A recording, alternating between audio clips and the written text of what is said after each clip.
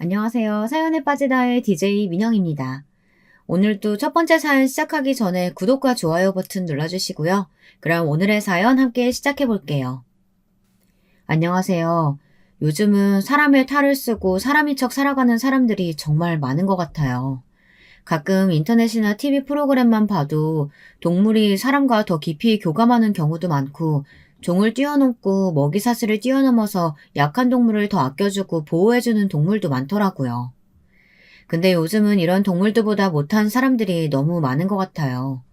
가끔 사람이 아닌 것 같은 짓들을 하는 사이코패스나 정신병자, 연쇄 살인마들도 많지만 제 주변에는 그런 정신에 문제가 있거나 결함이 있지도 않으면서 주변 사람들에게 깊은 상처만 남기는 사람들도 있더라고요. 바로 저희 시아버지 같은 사람이에요. 지금은 좀 해결되긴 했지만 이 사람이 어떤 사람이고 우리 가족들이 어떤 피해를 입었는지 좀 하소연하고 싶어 이렇게 사연을 보내요. 혹시나 주변에 또 이런 사람으로 고통받고 있는 누군가가 있다면 꼭 빨리 벗어나길 바라는 마음으로요. 저희 시어머니를 처음 만났던 날이 아직도 눈에 선한데요. 저는 법원에서 일하는 행정직 공무원이에요. 딱히 취미나 특기도 없고 그냥 태어난 김에 사는 재미없는 사람이었어요.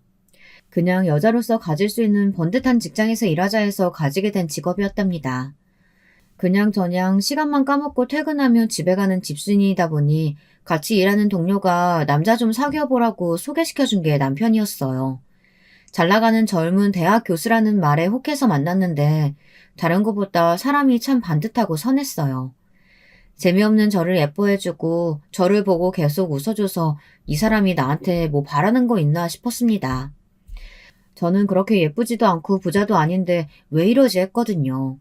나중에 사이가 깊어지고 내가 그렇게 매력적이지도 않은데 나를 왜 만나려고 했냐고 하니까 사람이 꾸미 먹고 수수하면서도 참한 게 보자마자 자기 엄마 생각이 나서 좋았다고 하더라고요.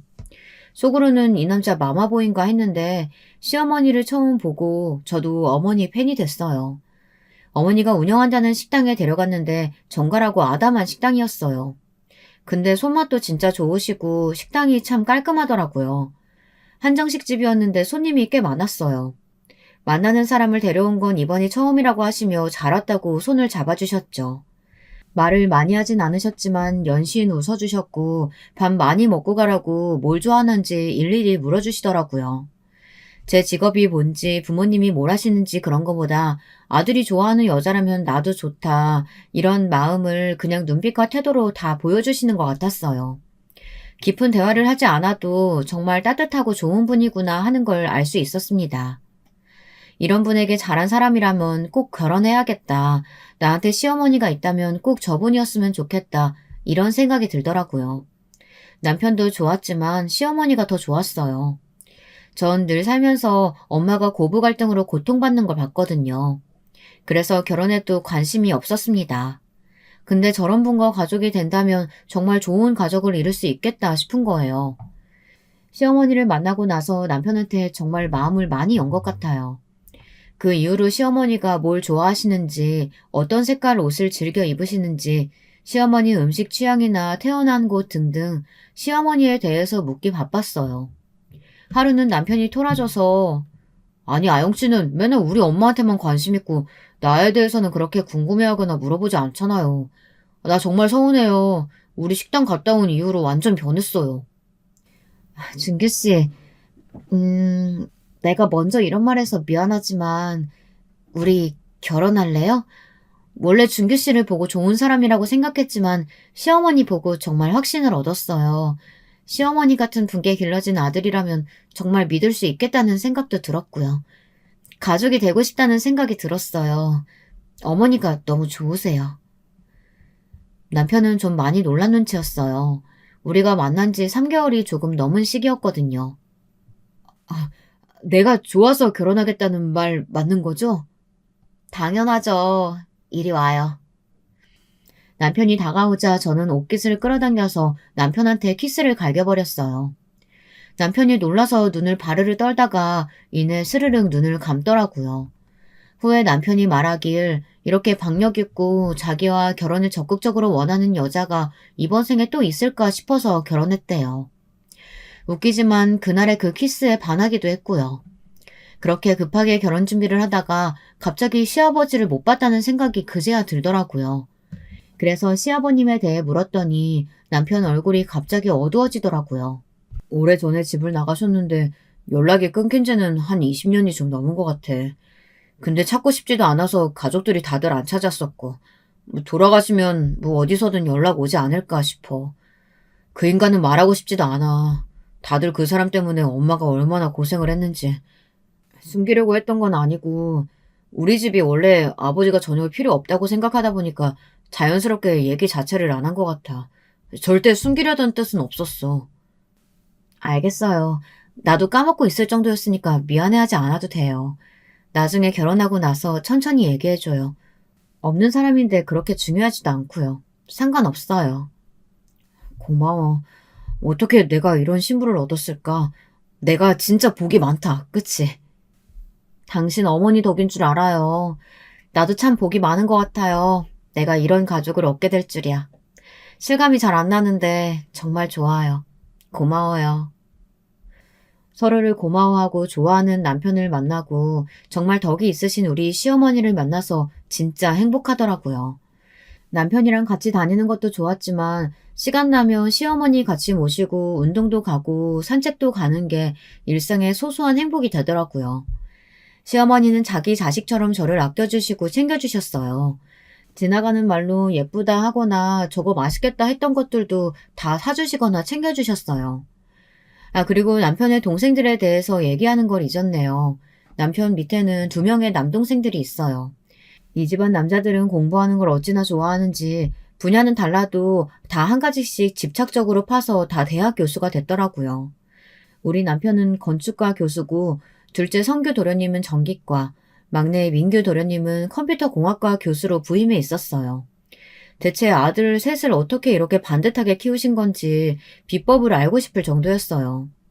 제가 결혼한 이후로 시어머니를 모시고 자주 놀러도 가고 외식도 여행도 자주 가고 하니까 도련님들이 계속 질투를 하더니 만나는 여자가 생겼다고 하며 여자들을 집에 데려오더라고요. 성규 도련님은 같은 대학 교수를 데려오고 민규 도련님은 엘리트 은행원 아가씨를 데려왔더라고요. 둘 다 데려오고 얼마 안 돼서 결혼을 했어요. 나중에 들어보니까 동서들도 시어머니를 보고 마음이 편안해지고 기분이 좋아졌대요. 이분과 가족이 되면 좋겠다는 생각이 저절로 들었다고 하더라고요. 이상하게 저희 셋 다 시어머니를 보고 남편에 대한 확신이 생긴 게 정말 웃겼어요. 삼형제들은 성격이 사실 다 침착하고 조용한 편인데요. 우리 며느리들이 잘 웃고 목소리들도 크고 잘 먹고 그래서 다들 한 집에 모이면 시끌벅적 웃음소리가 끊이지 않아 좋았어요. 둘째 동서도 어머니를 좋아하긴 하지만 셋째 동서는 정말 시어머니한테 푹 빠져서 그냥 엄마라고 부르더라고요. 셋째 동서가 일찍 엄마를 여의고 좀 외롭게 자랐었는데 술 마시고 꼭 라면을 끓여 먹는 버릇이 있다고 하더라고요. 술만 먹으면 그렇게 엄마가 끓여주는 라면이 먹고 싶어져서 그렇다는데 아무리 끓여도 그 맛이 안 난다고 라면 먹으면서 많이 울었다고 하더라고요. 참 고소하고 맛있었는데 어떻게 끓이는지 모르겠다고요. 근데 시어머니가 그 얘기를 듣더니 갑자기 라면을 끓여주시면서 술 먹고 엄마 생각하지 말고 라면 먹고 싶거든 언제든지 나한테 오면 된다고 하시면서 라면을 주셨나 봐요. 그날부터 고부가 아니라 그냥 모녀가 됐어요. 그리고 라면 맛이 딱 엄마가 끓여주신 라면 맛이라고 하더라고요. 참 신기하죠? 자주 가서 어머니 식당도 도와드리고 자주 주물러도 드리고 그냥 저희들끼리만 있어도 오순도순 참 재미있고 즐거웠어요. 그 인간들이 오기 전까지 말이죠. 일요일 낮에 다 같이 어머니 집에 모여서 밥을 먹고 가족끼리 거실에서 거의 드러눕다시피 하고 쉬고 있었어요. 일주일에 한 번씩 상황이 되면 시어머니 사시는 집에 다들 오는데 농담도 하고 옛날 얘기도 하고 놀고 있었는데 갑자기 경비실에서 연락이 왔어요. 갑자기 남편이라고 하시는 분이 찾아오셨는데 맞는지 확인 좀 부탁한다는 거였어요. 다들 남편?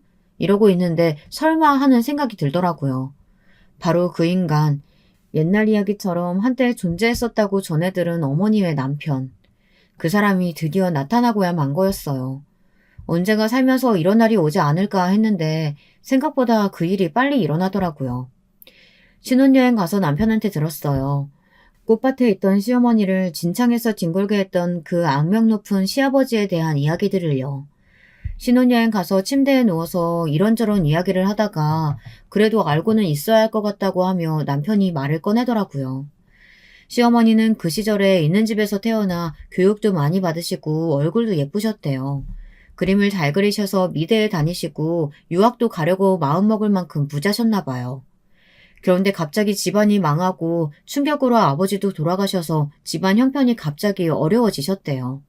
다니던 대학교도 학비를 낼 형편이 안 되고 가세가 확 기울었는데 주변 친척들이랑 어머니가 빨리 시집 가는 게 집을 도와주는 거라며 부잣집에 시집을 보내셨대요. 처음 만난 남편은 얼굴도 반반하고 꽤 친절하게 잘 대해줬대요. 집안이 망했다고 무시하지 않는 것 같아 마음에 들었고, 이 정도 형편이면 나중에 친정도 좀 도와줄 수 있고, 취미로라도 그림을 다시 그릴 수 있지 않을까 생각하셨대요. 결혼하고 딱 한 달, 그 기간 동안 예뻐해주고 사랑해주고는 임신했다는 소리에 내뱉는 소리가 왜 벌써 애를 베고 지랄이야? 였다네요. 시아버지는 집안만 믿고 돈도 흥청망청 쓰고 아무 기술도 능력도 그리고 의지도 없는 사람이었대요.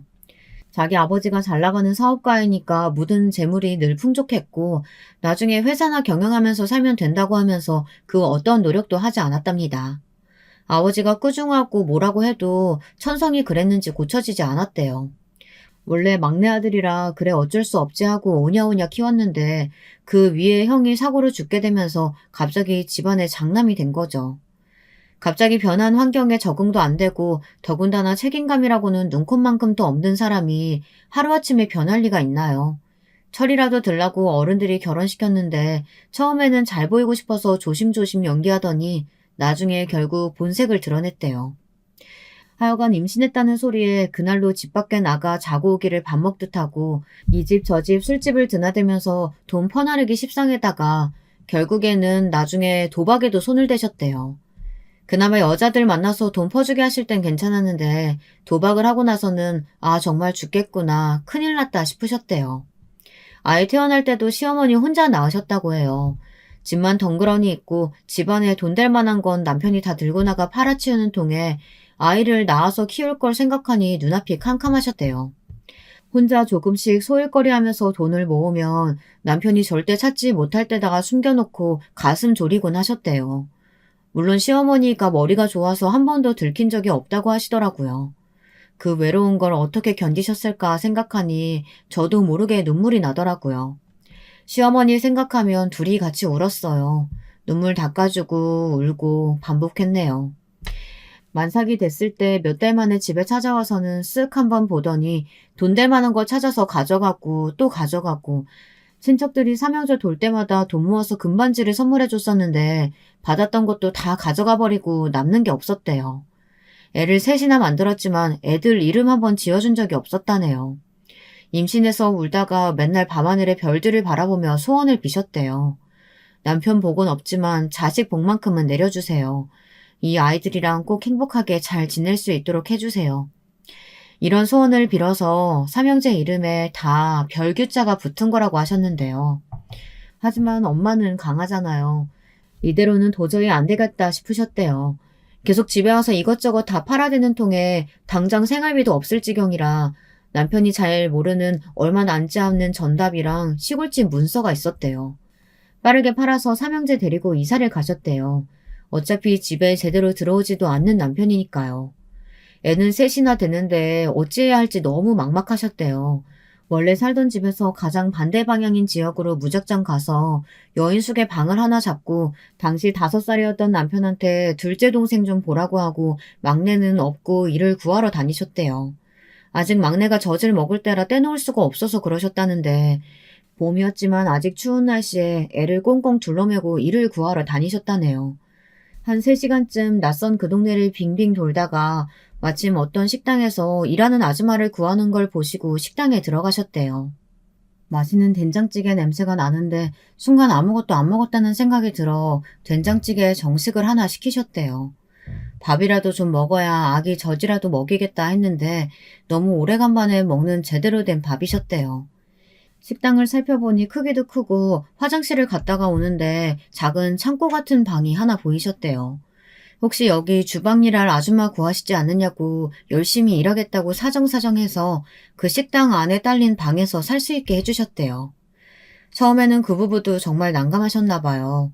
사모님 건강이 안 좋아지셔서 안 그래도 주방 아줌마를 구하긴 했는데 나이도 그리 있어 보이지 않는 몸 한 푼도 얼마 되지 않은 것 같은 모습에 애가 3명이나 있다고 하고 식당에서 살겠다고 하니까 걱정이 안 될 수가 없으셨대요. 근데 사정 설명하고 애들 얼굴 보여주니 마음이 너무 쓰여서 같이 방도 쓸 수 있게 해주시고 간단하게 씻을 수 있게 수리도 해주셨대요. 생활하는 데는 불편했지만 식당 주인 부부도 인자한 분들이셔서 돌아가면서 애들도 한 번씩 봐주시고 일하는 중간에 애들 밥도 먹일 수 있어서 그 상황에 그만한 곳이 없으셨다고 해요. 거기서 남편이 13살이 될 때까지 자랐대요. 조금 지나니까 아들이 다들 무럭무럭 커서 따로 방을 얻으셨다고 합니다. 그런데 시어머니가 그 식당에서 일하고 나서 손님도 많이 오고 맛집으로 소문이 나서 주인 부부가 돈을 많이 벌었나 봐요. 그 부부 아들이 미국에 취업을 해서 정착하기로 했는데 부모님이랑 같이 가고 싶어 했다나 봐요. 그래서 싼값에 시어머니께 식당을 양도해서 그렇게 그 식당 주인이 되셨대요. 거기서 차곡차곡 돈을 모아서 새 아들 대학의 교수까지 만드신 거죠. 가게 터가 좋아서 그랬을까요? 참 운이 좋았지만 그만큼 노력하고 애쓰셔서 그 자리에 갈 때까지 얼마나 눈물을 많이 흘리셨을까요? 젊은 여자 몸으로 식당에서 일하며 남자의 셋을 키우기란 정말 눈물 나는 하루하루였을 것 같아요. 이 아들 셋은 엄마를 전혀 속썩이지 않고 다행히 너무 잘 자라줘서 시어머니는 늘 고맙고 감사한 마음으로 사셨대요. 늘 고마워하는 엄마를 보며 자라서 자기도 늘 작은 일에도 감사하면서 살았다고 하네요. 무엇보다 엄마가 있어서 늘 감사했다고 하더라고요. 그런데 엄마를 내가 좋아해줘서 처음엔 정말 감동이었대요. 자기 엄마가 너무 좋다고 하는 말에 더 반했다고 하더라고요. 이 아들 셋은 자기들이 알아서 취업 후에 엄마 노후를 위해 매달 적금을 부었대요. 엄마한테 효도하려는 모습이 너무 귀엽더라고요. 그 젊은 남자들이 모여서 엄마 얘기하고 고민하고 했을 생각을 하니 너무 웃겼어요. 다 말은 안 하지만 그동안 엄마와 같이 그 고생을 묵묵히 해왔을 이 장남을 보니까 너무 대견했어요. 또 시아버지를 닮지 않은 삼형제가 정말 고맙기도 했고요. 그런데 이런 행복하고 즐거운 우리 집에 웬 시아버지라는 불청객이라뇨. 근데 너무나 충격적이게도 시아버지는 혼자 오지 않으셨더라고요. 세상에 당신보다 20살은 어려 보이는 여자를 옆에 끼고 나타나셨더라고요. 시어머니도 궁금해서 가끔 소식을 알아보셨다는데 맨날 들리는 소리가 도박으로 살던 집을 날렸다. 같이 살던 여자들도 맨날 도망간다. 이런 말들이라서 형편이 나아졌지만 절대 사는 곳을 알리지 않으셨다는데 왜 시아버지가 갑자기 나타났는지 정말 궁금했는데 시아버지 입에서 나오는 소리를 듣고 정말 전 표정을 숨길 수가 없었습니다. 우리 집 담보 팔아서 도망간 거 내 진작 알고 있었지만 내가 널 가만히 둔 거는 내가 진짜 마음이 약해서 그랬던 거지. 도둑질행 간 걸 용서해서 그런 건 아니야. 바람이 나서 나갔는지 몰라도 내 새끼들 키우느라 고생 많겠다 싶어서 그냥 놔뒀던 거라고. 근데 이제는 그 돈을 갚을 때가 된 것 같아서 왔네. 내가 손가락 운동 좀 하다 보니까 돈이 필요해서 말이야. 그리고 우리 애란이 데리고 다닐 가방도 하나 사줘야 하고 말이야. 더도 덜도 말고 우리 애란이랑 같이 살 집 한 채 구해주고 달달이 150만 원씩 생활비 보내줘. 그러면 내 아무 말 없이 찌그러져 있을 테니까. 강남에 있는 집으로다가 말이야. 그리고 집 구해주기 전까지는 한 발자국도 못 나가니까 그렇게 알고. 다들 너무 놀라서 어안이 벙벙했어요. 막내 도련님이 이렇게 말하더라고요. 누구세요? 저희는 아버지가 없습니다. 나가주세요. 본 적도 들은 적도 없는 분 같은데 나가주세요. 뭐? 아버지가 없어? 너는 뭐 하늘에서 떨어졌냐? 어디서 애비 없이 자란 티를 내고 있어? 저도 아버지 없이 산 지 20년이 넘었습니다. 얼굴도 오늘 처음 보는 것 같은데 대체 누구십니까? 저는 어렸을 때부터 아버지 없이 자랐고 앞으로도 그럴 겁니다. 가세요. 그리고 양심이 있어야지. 20, 30년 만에 갑자기 나타나서는 저런 여자를 데리고 나타나다뇨. 어머니가 저희 임신하셨을 때도 본체만체 하셨다더니 그러고도 남을 뿐이시네요. 이 집에서 썩 나가세요. 아니면 신고할 겁니다. 아니 오빠, 지금 오빠 아들들 나보고 저런 여자라고 한 거야? 아무리 오빠 없이 자랄게로서니 너무 버릇없다. 지금부터라도 오빠가 같이 살면서 예의 좀 가르쳐야겠어. 버르장머리가 없다, 버르장머리가. 아유, 사람들은 왜 저렇게 이기적인 걸까요? 뒤에서 듣고만 있는데도 피가 거꾸로 솟는 느낌이었어요. 저는 이 집 첫째 며느리입니다. 법원에서 일하고 있고요. 20년 넘게 집안을 살피지도 않다가 갑자기 집 마련해달라고 이렇게 불법적으로 가택농성하시면 법에 저촉될 뿐 아니라 법적 제재가 가해질 겁니다. 시어머니가 전다 팔아서 오신 걸로 아는데 그 정도 금액은 삼형제 양육비로 턱없이 부족합니다. 시어머니가 임신 후에 당신이 시어머니께 한 행동들과 위에는 시어머니가 가출할 수밖에 없는 환경을 제공했기 때문에 시어머니가 가출하신 것도 법적으로 정상 참작됩니다. 하지만 결혼 생활 동안 어떤 경제적 활동도 한 적 없고 지난 20년 동안 한 번도 양육비를 보낸 적 없으신데 그건 어떻게 하시겠어요? 애 하나 대학 졸업까지 시키는데 3억이 든대요. 3명이니까 9억이네요. 그동안 어머니께서 전액 부담하셨으니까 반이라도 내셔야죠. 거기다가 임신한 어머니 방치, 생활비 일체 주지 않았고 잦은 외도로 정신적 피해 보상까지 하셔야죠. 그리고 어머니께서 들고 가셨다는 그 땅, 그 지역 대부분 그린벨트로 묶여있는 지역이던데요. 지금도 가치로 환산해봐도 크게 이득이 없어요. 그리고 거의 30년 동안 교류도 없었고 양육도 하지 않는 부모는 자식이 부양의 의무가 없는 걸로 인정합니다. 법대로 하시면 양육비부터 지불하셔야 될 텐데 그것부터 주고 얘기하시죠. 어머니가 가져가신 전답 시골집 빼고 양육비 4억부터 주시면 달라고 하셨던 집도 상의해보겠습니다. 그리고 계속 이렇게 소란 피우시면 바로 경찰에 전화할 겁니다. 전답하라 도망간 년한테 돈 받으러 왔는데 4억을 내놓으라니 어이가 없네. 난 내 집 주기 전까진 절대 못 간다. 얘들아, 다들 너무 걱정하지 마라. 오랜만에 봤는데 언성만 높이는 것도 아닌 것 같다. 당신도 애들 자란 모습 처음 보겠네요. 얘가 큰애고 얘가 둘째, 셋째예요. 당신 없지만 나 정말 고생하면서 엔세 번듯하게 다 교수로 만들었어요. 어쨌든 아버지니까 다들 인사 올리고 옆에 있는 애들은 우리 며느리들이에요. 다들 똑똑하고 참 예뻐요. 내가 남편 복은 없었지만 자식 복, 며느리 복은 있어서 이렇게 삽니다. 당신이 달라는 건 한 푼도 못 줍니다. 내가 어렵게 일군 살림이고 그때 우리 친정에서 해준 애들 돌반지, 내 폐물들 당신이 다 가져가서 다 팔아버렸던 건 기억 안 나나요? 그게 내가 팔아서 왔던 전답, 시골집보다 더 비싼 것들이었어요. 그래서 난 10원도 줄 수 없어요. 오늘 이후로 안 봤으면 좋겠네요.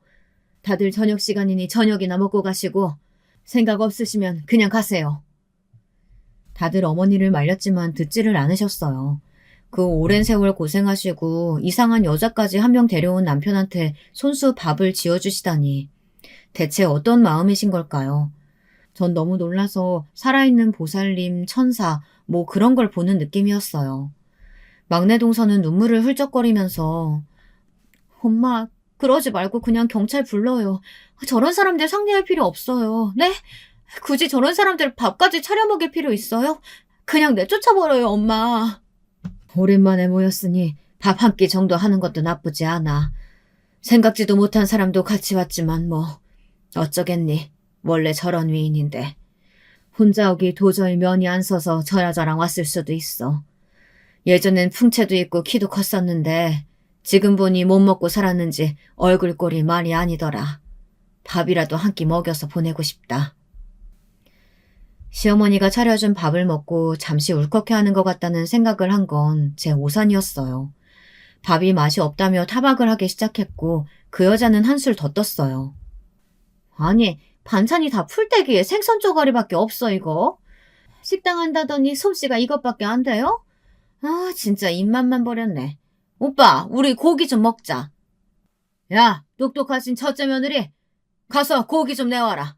우리 애란이가 고기 먹고 싶다잖냐? 빨리! 그렇게 원하시면 드세요, 고기. 피가 뚝뚝 떨어지는 생고기를 그냥 상 위에 올렸어요. 막내 동서는 그걸 보고 장난꾸러기처럼 막 웃더라고요.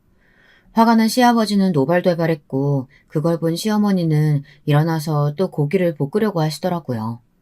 한쪽에서는 고기 달라고 난리고 우린 시어머니를 말리느라 난리였어요.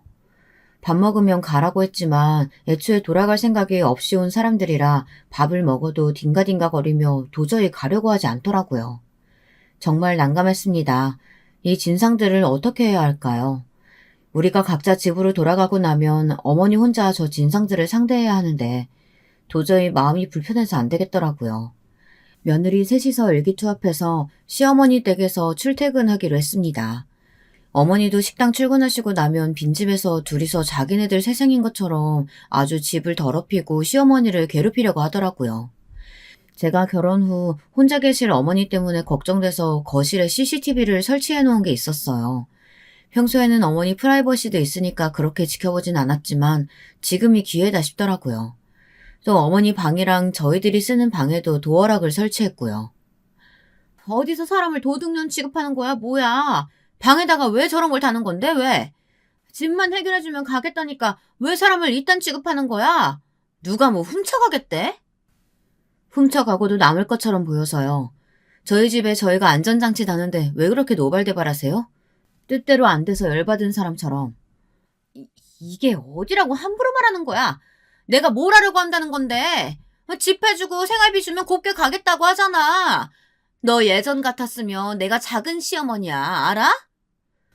아, 상황 파악이 좀 안 되시나 본데 지금이 무슨 조선시대라도 된 줄 아시나 봐요. 그 시대에도 당신 같은 사람을 그렇게 부르잖아요. 첩년이라고. 너 나 무시하지 마. 첩도 아니고 첩년이라고? 너 두고 봐라. 오빠! 오빠! 그 소리를 듣고 달려온 시아버지가 또 객기를 부리신다고 저한테 달려드시더라고요. 제 뺨을 때리려고 하셨는데 제가 살짝 피했더니 더 열받아서 더 힘을 세게 실으시더라고요. 이거 살짝 맞을까 싶은 생각이 갑자기 들더라고요. 연기 한번 제대로 해봐야겠다. 제가 요령 있게 맞고 쓰러졌는데 마침 들어오신 시어머니가 그 광경을 보신 거예요. 저는 CCTV에 찍혀 있을 거니까 분리할 때 써먹어야지 했는데 제가 맞는 걸 보고 시어머니가 완전 화가 나신 거죠. 이게 대체 뭐 하는 짓들이야? 당신이 뭔데 얘를 때려? 나도 귀에서 꾸중 한번 안 한 내 며느리한테 당신이 뭔데 이 짓거리야? 어딜 손을 대? 당장 나가. 저 여자 데리고 당장 나가라고! 놀란 건 저였어요. 어머니가 저렇게 큰 목소리로 소리를 지르는 것도 처음이었고 엄청난 괴력으로 그 두 사람 짐가방을 집 밖으로 다 내던지고 떠밀며 내쫓아 버리셨거든요. 어머니는 씩씩거리시다 저를 안고 펑펑 우셨어요. 괜찮냐고 하시며 연신 제 얼굴을 잡고 미안하시다고 우시더라고요. 요령있게 살짝 맞았는데 어머니께서 우시니까 저도 눈물이 나서 한참을 같이 울었습니다. 그 수십 년을 참고 산 마음이 한 번에 터지셨는데 왜 눈물이 안 나겠어요. 어머니는 그 오랜 세월 소중하게 키운 아들이 사랑하는 여자, 내가 지켜줘야 한다 이런 생각밖에 없으신 것 같았어요. 퇴근 후에 가족들이 다들 왔었는데 집안 꼴이랑 저희 얼굴을 보고 상황이 심각한 걸 알았나 봐요. 엄마, 여보, 왜 그래? 무슨 일이야 이게? 여보, 나 배고파. 밥 먹으러 가자. 나 맛있는 거 사줘. 어머니, 우리 맛있는 거 먹으러 가요. 그래, 그러자. 고기 먹을래? 해물로 먹을래? 다요, 어머니. 다 나오는 대로 가요. 식구들이 궁금한 눈치였지만 저랑 어머니는 그냥 맛있게 밥을 먹었어요. 근데 안 숨겨지잖아요. 눈은 퉁퉁 부었지 목소리들은 또 잠기고 코맹맹이 소리들이 나고 있으니까요. 식사 내내 궁금해하다가 식사가 끝나고 나서 바로 물어보더라고요. 사실 그대로 얘기했더니 다들 난리가 났어요. 씩씩거리고 답답해하면서 가슴도 치고요. 근데 아무리 생각해도 이 둘이 순순히 물러날 사람들이 아니었기 때문에 대책을 세워야 한다는 말이 나왔어요. 어쨌든 어머니가 전답을 훔쳐서 나오셨고 그게 지금 가치로 하면 가격이 클 거라고 생각했죠. 팔았던 전답이 제가 말했던 대로 그린벨트 지역이어서 지금 경제적 가치가 그렇게 높지 않더라고요. 지금 금액으로 보면 다 합해서 8천만 원 정도밖에 안 됐어요. 어떻게 하면 좋을까 다들 머리를 맞대고 의논했어요. 어머니는 이마저도 미안해 하셨고요. 당신이 변변치 못해서 다들 이런 군이나 하게 만들었다고요. 하지만 우리 며느리들도 마찬가지고 아들들도 그렇고 이제는 어머니가 행복하셨으면 좋겠다는 생각뿐이었거든요. 아니나 다를까 그 진상들은 또 쳐들어왔어요. 결국은 갈 곳도 없고 돈도 없다 보니 더 독하게 마음먹고 쳐들어온 것 같아요. 우선 둘이 있으라고 하고 집안에 있는 어머니 귀한 물건들은 챙기시라고 하고 제 결혼 반지랑 가지고 있던 골드바 하나를 어머니 옷장에 넣어두고 나왔어요. 남편이 알고 많이 놀랐는데 대화를 낚으려면 어쩔 수 없다고 했죠. 어머니는 당분간 저희 집에서 지내시라고 했어요. 어머닌 천성이 부지런하셔서 식당에서 마치고 오셔서 늘 저희한테 맛있는 저녁을 차려주시고 또 그것도 부족해서 따로 장도 봐와주시고 집안 청소도 살펴주셨어요. 저도 일하는 사람이다 보니 집안 살피는 게 부족할 때가 많았는데 시어머니랑 며느리 사이가 아니라 어머니랑 딸같이 대해주셔서 정말 감사했어요. 돌아가는 길에 어머니한테 드릴 꽃바구니를 샀어요. 오래 두고 보시라고 화분 대신 바구니를 샀죠. 받으시고 얼마나 좋아하시던지 아들들만 있어서 이런 걸 몇 번 받아본 적이 없었는데 꽃이 꼭 너처럼 예쁘다고 하시더라고요. 그 집에 잠시나마 혼자 사시게 해서 너무 죄송한 거예요. 이런 시어머니면 저는 10명도 더 모실 수 있겠다는 생각이 들었어요. 어머니는 힘드실 수 있겠지만 제가 제 친정 엄마처럼 모시고 살아야지 하는 생각이 들더라고요. 남편한테 얘기했더니 진심이냐고 묻더라고요. 그렇다고 하니까 저를 꼭 안아줬어요. 늘 어머니 혼자 계신 게 마음에 걸렸었는데 어머니가 아무리 좋아도 합가는 불편해할 수 있겠다 생각해서 말을 못했대요.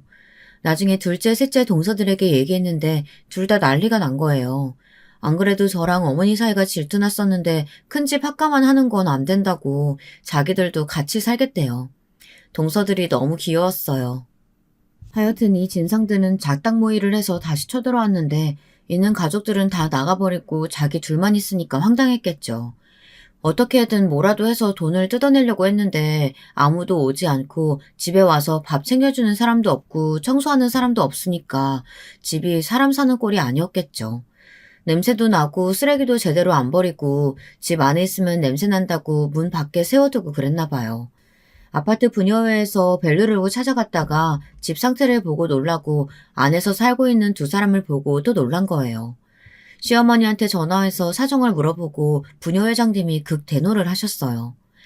아파트 분여회장님 기가 정말 세시거든요. 그렇지 않아도 저희 어머니를 좋아하셔서 사이좋게 지내시고 언니 동생 하셨었는데요. 시어머니 얘기 듣고 정말 머리 끝까지 화가 나셨대요. 벨 누르고 찾아가셔서 어디 상간녀 주제에 집주인인 척하고 들어앉아서 우리 아파트 급을 떨어뜨리느냐고 엄청 뭐라고 하셨나 봐요. 그리고 혼자 안 가시고 아파트 아줌마들을 데리고 우르르 가셔서 완전 혼쭐을 내시고 당장 나가라고 난리를 치셨던 거죠. 그들은 정신이 탈탈 털려가지고 숨소리도 안 내고 집 안에 있었대요. 그 이후로 3일을 더 가서 행패를 부려주셨대요. 그 여자가 도저히 못 참겠다고 자기가 먼저 나가 있을 테니 빨리 해결하고 연락 달라고 하며 먼저 짐 들고 나가버렸대요. 그래도 그 여자가 있어서 큰 소리치고 있었는데 여자가 먼저 나가버리니까 시아버지 혼자 어떡하겠어요. 또 어떻게 알았는지 이번에는 시어머니 가게 앞으로 찾아왔어요. 가게에 와서 큰 소리치고 밥 시키고 많이 먹었으면서 맛없어서 못 먹겠다고 난리를 친 거예요. 시어머니는 그냥 못 본 척 하셨대요. 가게 단골들도 너무 자주 오고 너무 맛있는 집인데 웬 아저씨가 밥이 맛이 없다고 하며 돈도 안 내겠다고 하니까 너무 열받으셔서 대신 신고를 해주셨어요. 설마 그렇게까지 하겠어 하셨던 시아버지는 완전 놀라신 거죠. 무전 취식에 기물파손에 시어머니 보고 도둑년이라고 욕까지 하셔서 명예훼손에 뭐 난리가 난 거였어요. 돈 없다고 절대 못 물러주신다고 버티시다가 그럼 합의 안 하시고 감옥 가신다는 거냐고 하시더라고요. 가족끼리 무슨 그렇게까지 하느냐고 하셨었는데 30년 넘게 연락 안 되던 사람이 가족이 맞느냐면서 시어머니가 배상하라고 하셨다더라고요. 속으로 완전 고소했어요. 결국 우기는데 우리는 가족이 아니라고 하고 시아버지는 절대 못 물러준다고 합의 없다고 해서 결국 구류가 되셨어요. 한 달 좀 못 돼서 그 상간녀도 잡혀왔더라고요. 제가 쳐놓은 덫에 걸렸거든요. 세상에 결국 제 결혼 반지랑 골드바를 챙겨서 시아버지도 모르게 먼저 나른 거였어요. 머리가 나쁜 건진 몰라도 금은방에 내다 팔았다가 제가 미리 신고해둔 덕분에 걸린 거였죠. 결혼 반지를 잃어버릴 수도 있었지만 돈 모아서 사면 그만인 반지인데 더 중요한 데 쓰자 생각했어요. 또 합의 없으므로 그분은 아예 절도죄가 성립되어 징역 3년을 받으셨어요. 저것들이 꾸민 거다. 나를 잡아가려고 일부러 내 가방에 몰래 넣어둔 거다. 별의별 소리를 다 하다가 제가 제출한 CCTV 영상을 보더니 사는 게 너무 힘들어서 그랬네 어쨌네. 그러다가 법정 기만죄까지 포함돼서 형이 좀 더 길어졌어요. 부디 반성하고 나왔으면 하는 생각이 들더라고요. 남편은 결혼 반지 그거 팔자고 하면서 더 예쁜 디자인으로 새로 사줬어요.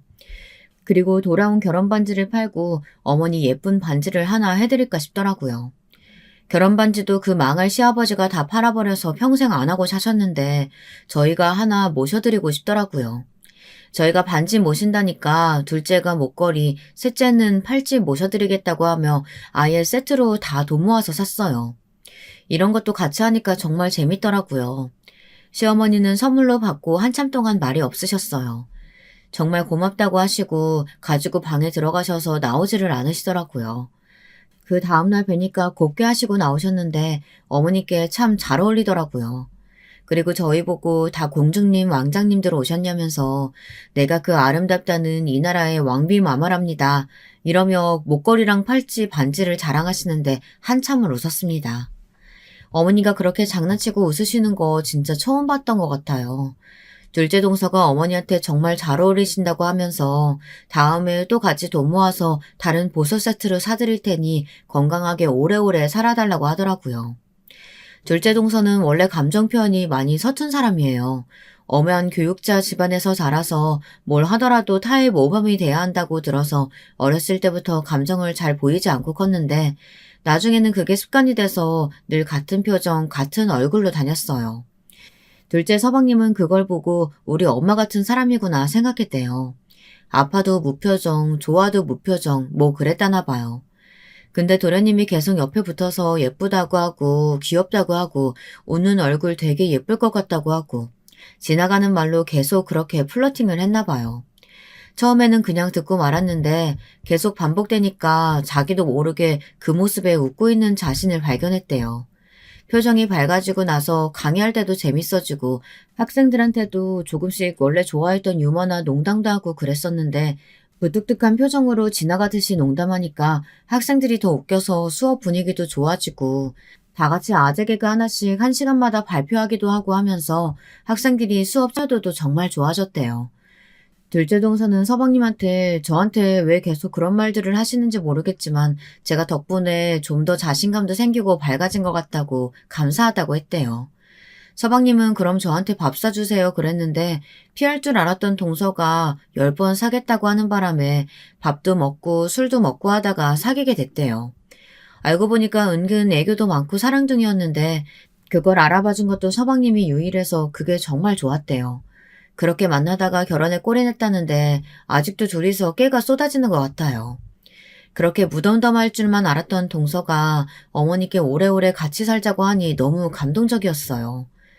그래 고맙다 아가 하시는데 질투할 줄 알았던 셋째 동서가 옆에서 보고 한참을 울고 있더라고요. 너무 보기 좋다고 하면서 이런 집안에 들어와서 정말 감사하다고 하더라고요. 다들 기분 좋은 날이라서 외식하고 오랜만에 시어머니 집에서 웃으면서 대화 삼매경에 빠졌던 그때 갑자기 초인종이 울렸어요. 뭔가 찝찝하고 불안했는데 구류되었던 시아버지가 풀려났는데 이번엔 또 다른 여자를 데려왔더라고요. 저번보다 더 젊고 독해 보이는 여자였어요. 아우 진짜 능력도 좋으셔. 속으로 이렇게 생각했지만 대체 왜 저런 젊은 여자들이 시아버지 옆에 붙어 저러는지 참... 다 돈 때문이겠죠. 또 밥을 내놓으라고 하고 똑같은 레파토리가 시작됐어요. 그래, 나 콩밥 먹이고 너희는 잘 먹고 잘 살고 있었겠다 이거냐? 아이고, 저 목걸이랑 귀걸이는 또 뭐야? 돼지 목에 진주 건다고 뭐 달라지냐? 내 돈 갖고 날라서 지금까지 잘 먹고 잘 사면 이제는 보상을 해줘야지. 빨리 돈 갖고 오라고. 돈 갖고 오기 전에는 나 한 발자국도 못 나간다고. 경찰에 신고하려고 했는데 막내 동서가 나서더라고요. 제가 은행에 다녀서 돈을 빨리 마련할 수 있을 것 같아요. 오늘은 이만 돌아가시고 내일 저녁에 다시 오시면 돈 마련해 두겠습니다. 단 5천만 원 이상은 힘듭니다. 그 땅 가격은 5천만 원도 안 되는 거였는데 하여튼 받아주시고 다음에 다시 찾아오지 않는 조건으로 드리는 겁니다. 어떻게 하시겠어요? 뭐? 5천? 누구를 병신으로 하나? 5천 가지고 먹고 떨어지라는 건데 우린 절대 그렇게 못하지. 싫으시면 5천도 못 드리니까 그런 줄 아세요. 이 집에 있거나 말거나 저희는 다 나가면 그만입니다. 우린 다들 가자고요. 은행원이라고? 그래, 솜씨 한번 보자. 5천이라고? 새애비한테 빳빳한 새 돈으로 내일 저녁 7시까지 준비해와라. 그때까진 이 집에서 못 나간다. 어머니를 모시고 우선 우리 집으로 모셨어요. 어머니는 또 한숨만 푹푹 쉬시고 걱정을 하시더라고요. 막내 동서가 다 생각이 있어서 하는 일일 텐데 걱정 마시라고 안심을 시켜드렸어요. 저는 제발 어떻게든 무사히 저 사람들과 얽히는 일 없이 평화롭게 살고 싶은 마음뿐이었어요. 다음날 저녁에 동서가 캐리어에 돈을 넣어서 왔더라고요. 빳빳한 새 돈이긴 한데 이상하게 5만원권이 아니라 만원권이어서 캐리어가 꽤 무거웠어요. 5만원권으로 신권이 모자라서 만원권으로 가져왔다고 하는데 무게가 꽤 나가더라고요. 돈을 보더니 둘 다 갑자기 표정이 바뀌어서 빨리 가져가겠다고 하더라고요.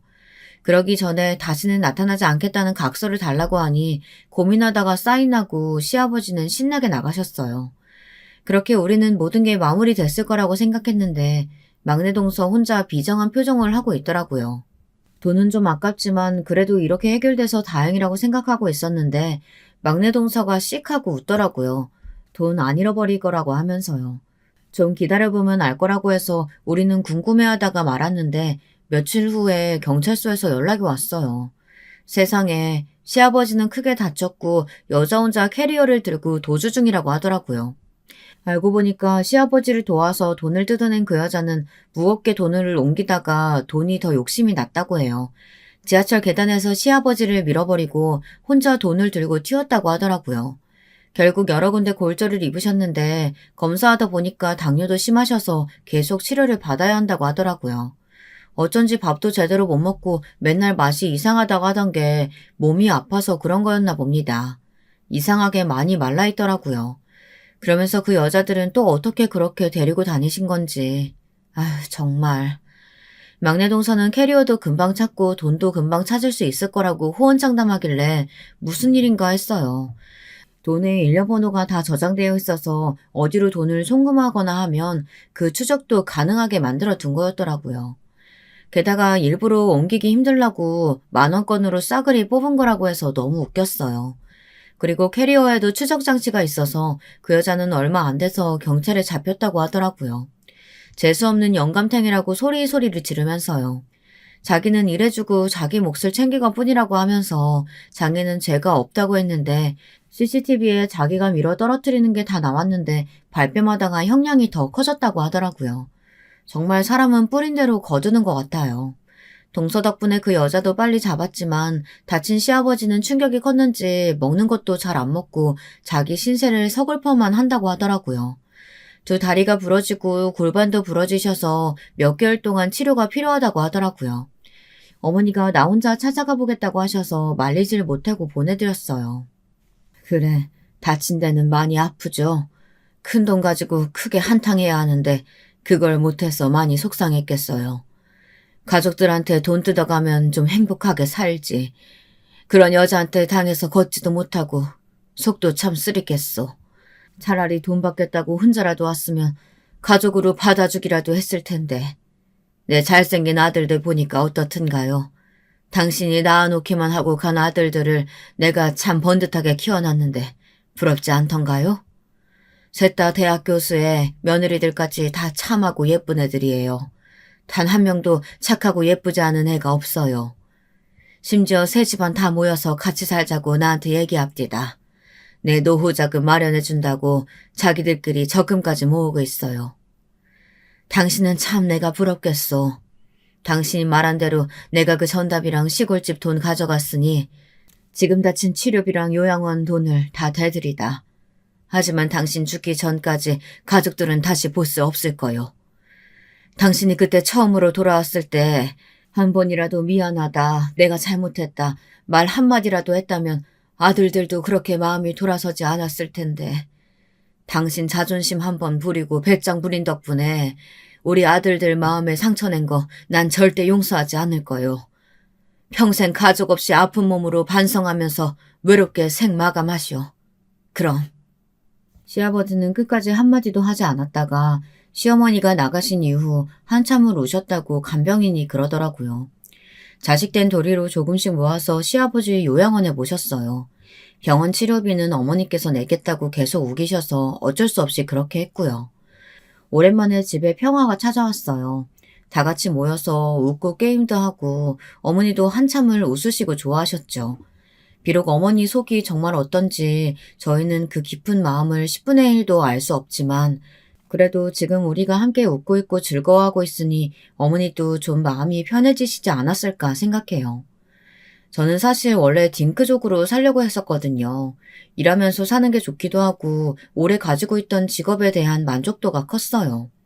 이젠 눈 감고도 일하겠다 할 정도였거든요. 근데 계속 어머니를 보니까 정말 기쁘게 해드리고 싶고 저도 이제 애도 낳고 더 재미있게 살아보고 싶은 마음이 계속 들더라고요. 밤에 한껏 치장을 하고 남편을 불렀어요. 여보, 밤에 왜 화장을 하고 있어? 어디 가? 근데 오늘 너무 이쁘다. 여보, 나 당신 닮은 아들 낳고 싶어. 어머니 닮은 딸도 좋아. 우리 애기 낳자. 그게 무슨 소리야? 당신 애 낳기 싫다고 했잖아. 나도 아버지 사랑 못 받아서 아이 낳는 게 무섭다고 해서 서로 오케이 한 거였잖아. 나 생각이 바뀌었어, 여보.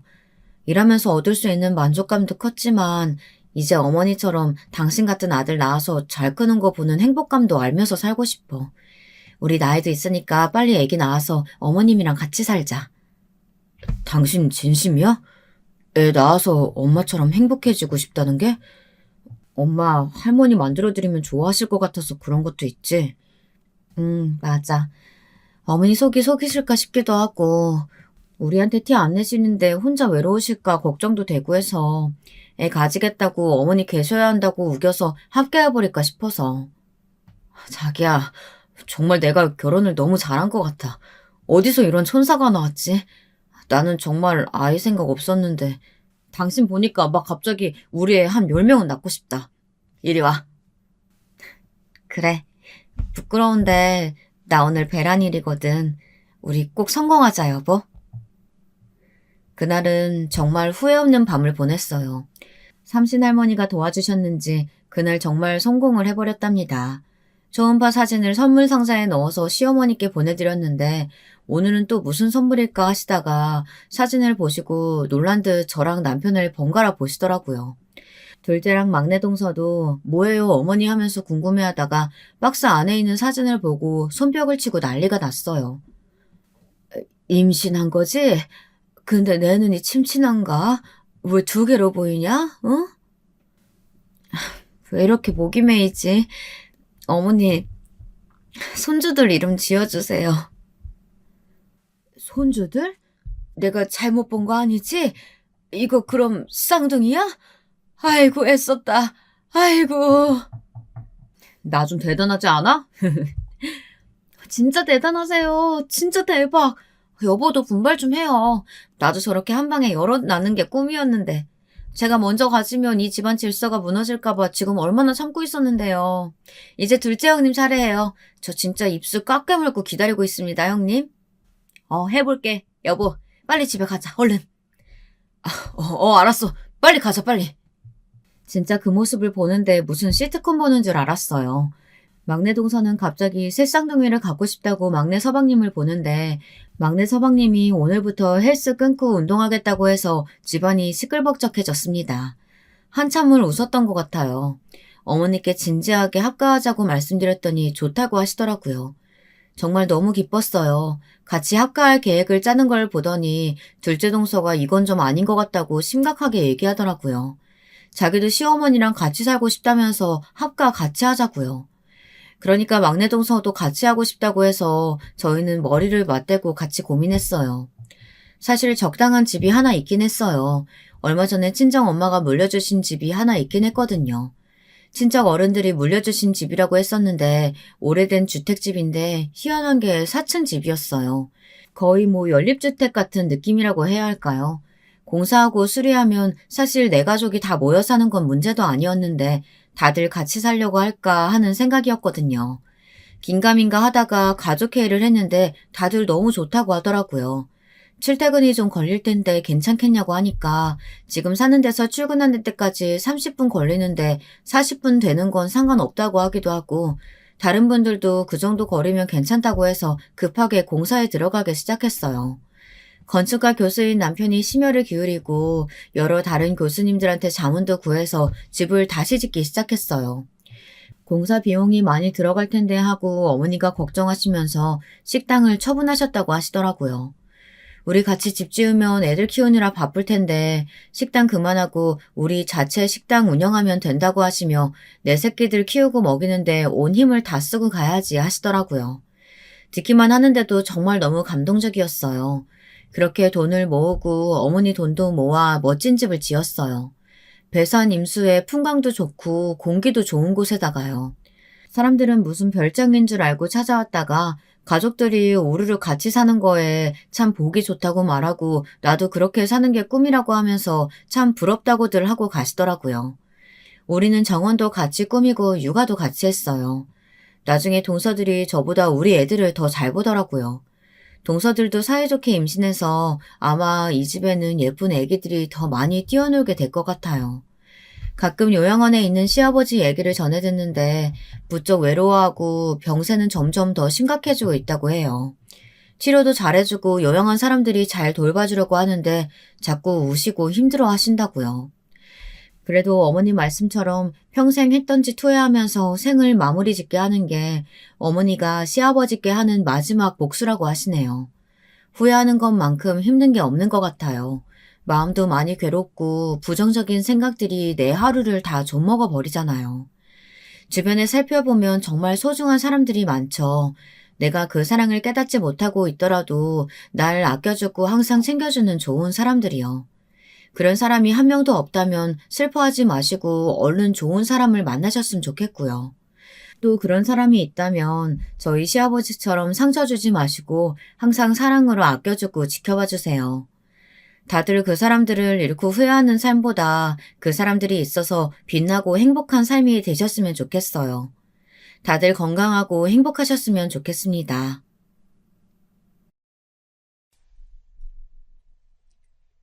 여러분, 두 번째 사연 시작하기 전에 좋아요, 구독 꼭 눌러주실 거죠? 그럼 두 번째 사연 바로 시작합니다. 이번 사연은 경기도에 살고 계신 30대 여성분께서 보내주셨어요. 20대에 겪으셨던 일을 사연으로 적어서 신청해 주셨는데요. 어떤 흥미진진한 내용일지 함께 만나보시죠. 저는 대학을 3수 끝에 들어갔어요. 혹시 서울대 가려고 그랬냐고요? 아니요. 그건 아니지만 나름 이유가 있었습니다. 왜냐하면 저의 목표는 의대였기 때문이에요. 저는 엄청 잘 사는 집까지는 아니더라도 경제적인 어려움을 느껴보지 못할 정도의 수준은 되는 집에서 태어나 자랐어요. 탄탄한 직장인 공기업에 재직해오신 아빠, 그 동네에서 거의 독점하다시피 운영되어 온 피아노 학원의 원장님이셨던 엄마 덕분에 자식들이 어렵지 않게 자라났죠. 저는 위로 언니가 한 명 있어요. 참고로 언니는 재수 없이 현역으로 고려대에 들어가서 졸업하자마자 대기업으로 직행한 소위 이상적인 코스의 정석을 밟은 사람입니다. 제가 잘난 척하는 게 아니고 객관적으로 얼굴은 제가 더 나은 것 같아요. 눈이 있으니까 판별이 되죠. 그런데 얼굴은 제가 좀 더 낫지만 그 외의 모든 요소들은 언니가 저보다 월등합니다. 이건 어렸을 때부터 그랬어요. 유전자를 언니가 좋은 걸로 많이 타고났나 봐요. 그래서 사실 저는 언니 때문에 속이 애끓었던 적이 많았어요. 열등감이라고 표현될 수 있는 질투였겠죠. 언니는 공부도 잘했고 기본 머리도 좋았으며 성격까지 시원시원했는데 제가 가장 부러워했던 점은 바로 친구가 주변에 많았다는 사실입니다. 언니의 생일날이면 그 친구들이 항상 왁자지껄하게 챙겨줬고요. 겉으로만 봐선 공부하느라 친구들과 노는 건 뒷전일 것 같은데 의외로 언니가 친구들하고 잘 놀았어요. 대학에 가서도 공부와 취업 준비에 파묻혀 있기보다는 그 나이에만 누릴 수 있는 청춘의 짜릿함을 다 맛봤던 사람이 바로 저희 언니입니다. 고민 상담을 주고받는 친구도 많아 보였고 딱 얼굴만 봐도 성실하고 사람이 진실되어 보이는 남자친구들도 잘 사귀었어요. 제가 이런 점을 왜 부러워했을까요? 그건 바로 저에게는 절대 없었던 점이 바로 그것이었기 때문입니다. 사람이 살면서 중요하게 여기는 복이 여러 개 있다지만 저는 그 중에서도 인복이 정말이지 인생을 좌지우지하는 중요한 요소라고 봅니다. 나이 지긋하게 드신 분들이라면 아직 30대에 불과한 제가 이런 것을 운운하는 게 어쩌면 우습게 여겨지실 수도 있을 것 같아요. 하지만 제가 겪은 일화들을 보신다면 제가 왜 인복에 연연하는지 저를 조금은 이해하시게 될지도 모릅니다. 여러 가지 일들이 있었지만 제가 대학에 입학한 직후에 겪었던 경험을 먼저 공유하고 싶네요. 말씀드렸다시피 저는 삼수를 한 끝에 대학에 입학했어요. 우리나라에서 최고 명문으로 꼽히는 그 수준의 대학은 아니었고요. 그래도 어쨌거나 의대였습니다. 기나긴 혼자와의 싸움을 끝마친 저는 부푼 꿈을 안고 대학 생활을 시작했지만 저를 기다리고 있었던 건 속이 울렁거릴 만큼 방대한 양의 공부였어요. 기껏 고등학교 졸업 후에 3년을 써가면서 공부를 해가며 대학에 왔더니 더 심각한 공부의 길이 제 눈앞에 펼쳐져 있을 줄이야. 제가 너무 안일했었나 봐요. 끝도 없는 공부 때문에 정신을 다잡기가 어려웠습니다. 설마 이렇게까지 공부량이 많을 줄은 몰랐거든요. 엄마, 막상 대학에 오니까 내가 생각했던 거랑은 달라. 근데 이 생활을 앞으로 몇 년이나 더 해야 한다고? 게다가 졸업해도 끝이 아니라 계속 또 시험을 봐야 되고 인턴 생활부터 시작해서 계속 위로 올라가야 하고. 엄마, 나 갑자기 자신이 없어. 너무 긴 마라톤이야. 미니야, 너 벌써부터 이렇게 나약해 빠진 소리 할 거야? 너 이러면 정말 엄마는 속상해. 너한테서 그런 소리나 들으려고 지금까지 너 뒷바라지 해준 줄 아니? 왜 화를 내? 난 힘들다도 투정도 못 부려? 그리고 나 삼수하는 동안 엄마가 무슨 뒷바라지를 하면서 신경을 써줬다 그래. 삼수하는 동안 썼던 돈, 그 생활비, 학원비, 그것들 다 지원해줬으면 뒷바라지 해준 거지. 그럼 뒷바라지 안 해준 거니? 남들 같으면 재수까지는 해도 삼수는 못해. 돈이 부담돼서.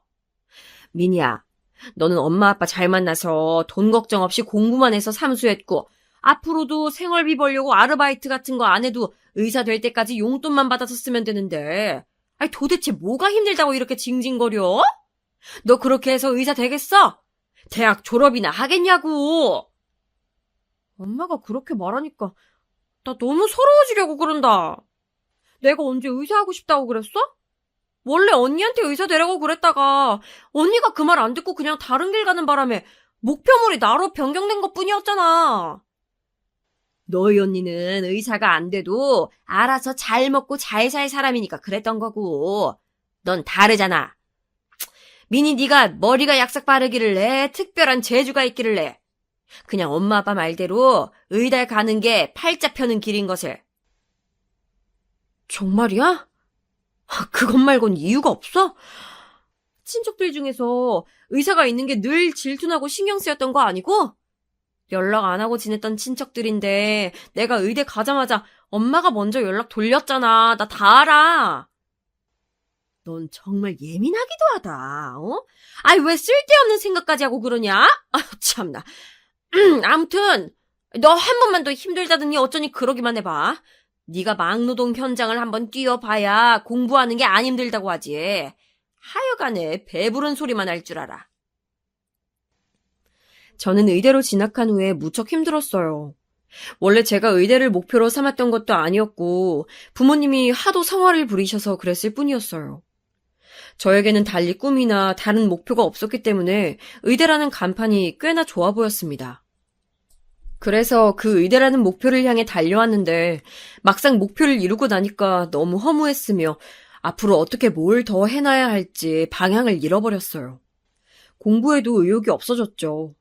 흰 가운 입고 환자들을 만나며 치료에 전념하는 멋진 의사. 저에게는 전혀 장래 희망이 아니었습니다. 그런 와중에 기껏 온 의대를 자퇴하는 사람들이 몇 명 보였어요. 오기 힘들다는 의대를 자퇴하는 경우가 은근히 많다는 거 알고 계셨나요? 적성에 안 맞았든 공부량이 많아서 도저히 못 따라가겠다는 판단을 내렸든 무슨 이유에서건 의대를 그만두는 사람들이 꽤 된답니다. 그 모습들을 보면서 저도 강렬한 유혹에 시달렸어요. 그러나 의대를 저의 멋대로 때려칠 배짱 따윈 없었죠. 이러지도 저러지도 못하고 울적해 있던 저에게 고등학교 친구가 먼저 연락을 해왔습니다. 제가 삼수를 하던 시간에도 가끔씩 연락을 했던 친구였고 말할 것도 없이 고등학교 재학 시절에는 거의 단짝이었어요. 제가 의대를 입학한 후에는 그 이전보다 활발하게 연락을 주고받고 있었죠. 그런데 제가 정말 힘들고 괴로운 순간에 저한테 먼저 연락을 하더니 지난주에 힘들다고 했잖아. 이번 주는 괜찮아? 라는 식으로 저한테 물어오는 거예요. 그 관심에 제가 너무 고마워서 눈물이 났었어요. 저에게 친한 친구는 몇 명 있었지만 이 친구에 비할 바는 못 됐죠. 그래서 이 친구에게 가족 얘기나 대학생활 고민 같은 것들도 많이 털어놨습니다. 그러던 어느 날 이 친구가 저한테 남자 소개를 받아보려면서 적극적으로 권장했어요. 대학 오고 나서 연애를 한 번 할 뻔도 했었는데 흐지부지 돼서 그 후로는 괜히 겁난다. 가뜩이나 공부 때문에 힘든데 연애까지 하면 감당이 어려울 것 같기도 하고. 미니야, 사실은 내가 말이지 엄청 괜찮은 오빠를 알고 있거든. 내가 보기엔 최고로 좋은 사람이야. 그래서 이 오빠를 너한테 소개시켜주고 싶은 마음이 들어서 자꾸만 남자 만나보라고 말했던 거야. 넌 어때? 네가 생각만 있다면 난 너를 이 오빠랑 연결시켜주고 싶은데. 뭐? 그런 사정이 있었던 거야? 어쩐지 이상하다 싶었어. 솔직히 누굴 만나기엔 부담스러운 타이밍이긴 한데 네가 정말 괜찮은 사람이라고 하니까 한번 만나볼까 싶기는 하다. 그래, 한번 만나보기나 해. 정말 괜찮은 사람이라서 너랑 꼭 붙여주고 싶어. 설레발 떨어서 민망하긴 한데 둘이 정말 잘 어울릴 것 같거든. 그 친구가 엄청 적극적으로 밀어붙이는 바람에 저는 그 괜찮은 사람이라는 오빠를 소개받게 되었답니다. 며칠 그 오빠랑 연락을 주고받다가 주말에 시간을 잡고 만나게 됐어요. 드디어 만나는 약속이 잡힌 것을 안 그 친구는 벌써부터 김칫국을 마시면서 커플 탄생을 축하한다고 성화였죠. 자기가 장담하건대 제가 그 오빠를 분명 마음에 들어 할 거래요. 저는 거기까지 듣고 나니까 솔직히 더 기대가 되어서 약속 장소에 나갔습니다. 그간 사진으로만 얼굴을 봤었고 메시지로만 연락을 했었던지라 실제로 만나보면 어떤 사람일지 궁금했어요. 실물 인상은 평범했고 대화도 그럭저럭 잘 이어졌네요. 그런데 문득 제 눈길이 그 사람의 손에 닿고 말았습니다. 제가 크게 티는 내지 않았지만 그 순간에 깜짝 놀라고 있었어요. 왜냐하면 그 사람의 왼손이 뭔가 특이했기 때문입니다. 잘 보니까 왼손에 새끼손가락하고 넷째 손가락 끝마디가 없었어요. 5손가락 중에서 그 끝 2손가락이 유독 짧아서 제 시선을 잡아챘던 것이었죠. 이걸 말로 꺼내서 물어보려니까 왜 이렇게 망설여지지? 그냥 일단은 모른 척 입을 다물고 있어야겠다. 저는 당혹스러움을 애써 감췄어요. 그리고 나서 카페를 나와 다른 곳으로 이동을 하는데 그 사람의 걸음걸이가 미세하게 좀 이상하다는 인상을 받았어요. 제 시선을 느꼈는지 그 사람이 민망하단 표정으로 알려주더라고요. 몇 년 전에 사고를 당해서 왼쪽 다리를 아주 살짝 절게 되었다고 말이죠. 사실을 알고 나서 제가 머릿속이 많이 복잡해졌어요. 여러분 같으면 그 상황에서 평정심을 유지할 수 있으셨을 것 같나요? 20대 초반이었던 저는 유연하게 대처할 줄을 몰랐습니다. 그래서 끝까지 아무렇지 않은 척 할 수 없었고 식사값을 제가 계산하고 일어났어요. 죄송하지만 먼저 들어가 보겠다는 인사를 남긴 채요. 솔직히 말해서 기분이 좀 나빴습니다. 왼손가락, 왼다리가 그렇게 된 거 보면 한꺼번에 사고를 당해서 그렇게 되었던 것이겠죠? 안타까운 일인 건 맞는데 적어도 소개팅 상대인 저한테는 그 사실을 만나기 전에 미리 고지했어야 하는 거 아닌가요? 아무것도 모른 채로 그 자리에 나갔었다는 것 자체에 저는 모멸감을 느꼈어요. 당연히 소개를 주선한 그 친구에게 연락을 했는데 그랬다가 저는 사과를 받기는커녕 어처구니가 없는 취급을 당해야만 했습니다. 저는 왜 그 오빠에게 장애가 있는 걸 미리 말하지 않았냐고 화를 내는데 그 친구가 적반하장으로 나온 거예요. 너 진짜 생각하는 거 별로다. 유민이, 너는 사람의 장애 유무로 그 사람을 판단하는 거야? 내가 너를 잘못 알았었네. 정말 실망이야. 뭐라고? 네가 왜 나한테 실망을 해? 내가 언제 장애인 욕을 했어? 그런 게 아니잖아. 적어도 나한테 말을 해줬어야지. 그게 맞는 거지. 너도 그 오빠도 둘 다 아무 말도 안 한 걸 보면 둘이서 작정하고 나한테 이런 거잖아. 이런 매너 없는 건 어디서 배웠어? 나야말로 너한테 실망이야. 너는 예전부터 그랬어. 어려움 없이 자라서 그런지 공감 능력도 떨어졌고 매사에 건성이었지. 그래도 나는 네가 내면에 좋은 부분을 가지고 있다고 생각해서 친구해줬던 건데 장애가 있어서 싫었다고 말하면 될 거 가지고 일단 남 탓을 하는 것부터가 너는 진짜 글러먹었다. 항상 자기만 착하고 자기만 잘못 없는 줄 알지? 나는 큰맘 먹고 좋은 사람을 너한테 소개시켜줬던 건데 그런 사람 너한테 소개시켜주기로 결심하면서 내가 얼마나 많은 고민을 했을지 넌 그런 건 고려 안 해봤지? 항상 네 생각만 하니까. 나는 지금 네가 무슨 소리를 하는 건 줄 모르겠다. 그렇게 좋은 사람이면 네가 만나지 왜 나한테 굳이 소개시켜준 거야? 난 아무리 생각해도 네가 나를 위해서 이 만남을 주선해줬을 거라는 생각이 안 들어. 이것 봐. 역시 너는 남의 좋은 의도를 그대로 못 본다니까? 그러면서 남 핑계는 엄청 하지. 너랑 친구 관계를 유지해온 게 솔직히 후회되려고 그런다. 네가 혹시 나랑 계속 친구하고 싶다면 그 오빠한테 먼저 사과하는 게 좋을 거야. 예의 차려서. 내가 왜 그렇게까지 해서 너랑 친구 사이를 유지해야 돼? 너는 네가 나보다 위에 있다고 아예 생각을 하고 있구나. 야, 나한텐 너 같은 친구 필요 없어. 진짜 살면서 그때처럼 화가 나본 적도 드물었어요. 정말 머리 끝까지 화가 뻗쳤고 그대로 그 친구랑은 절교를 선언했습니다. 그 친구가 저한테 미리 언질만 줬어도 일어나지 않았을 일인데 5년이 넘도록 그 친구와 웃고 떠들면서 즐겁게 지내왔던 시간들이 모두 퇴색된 것 같아서 허무했네요.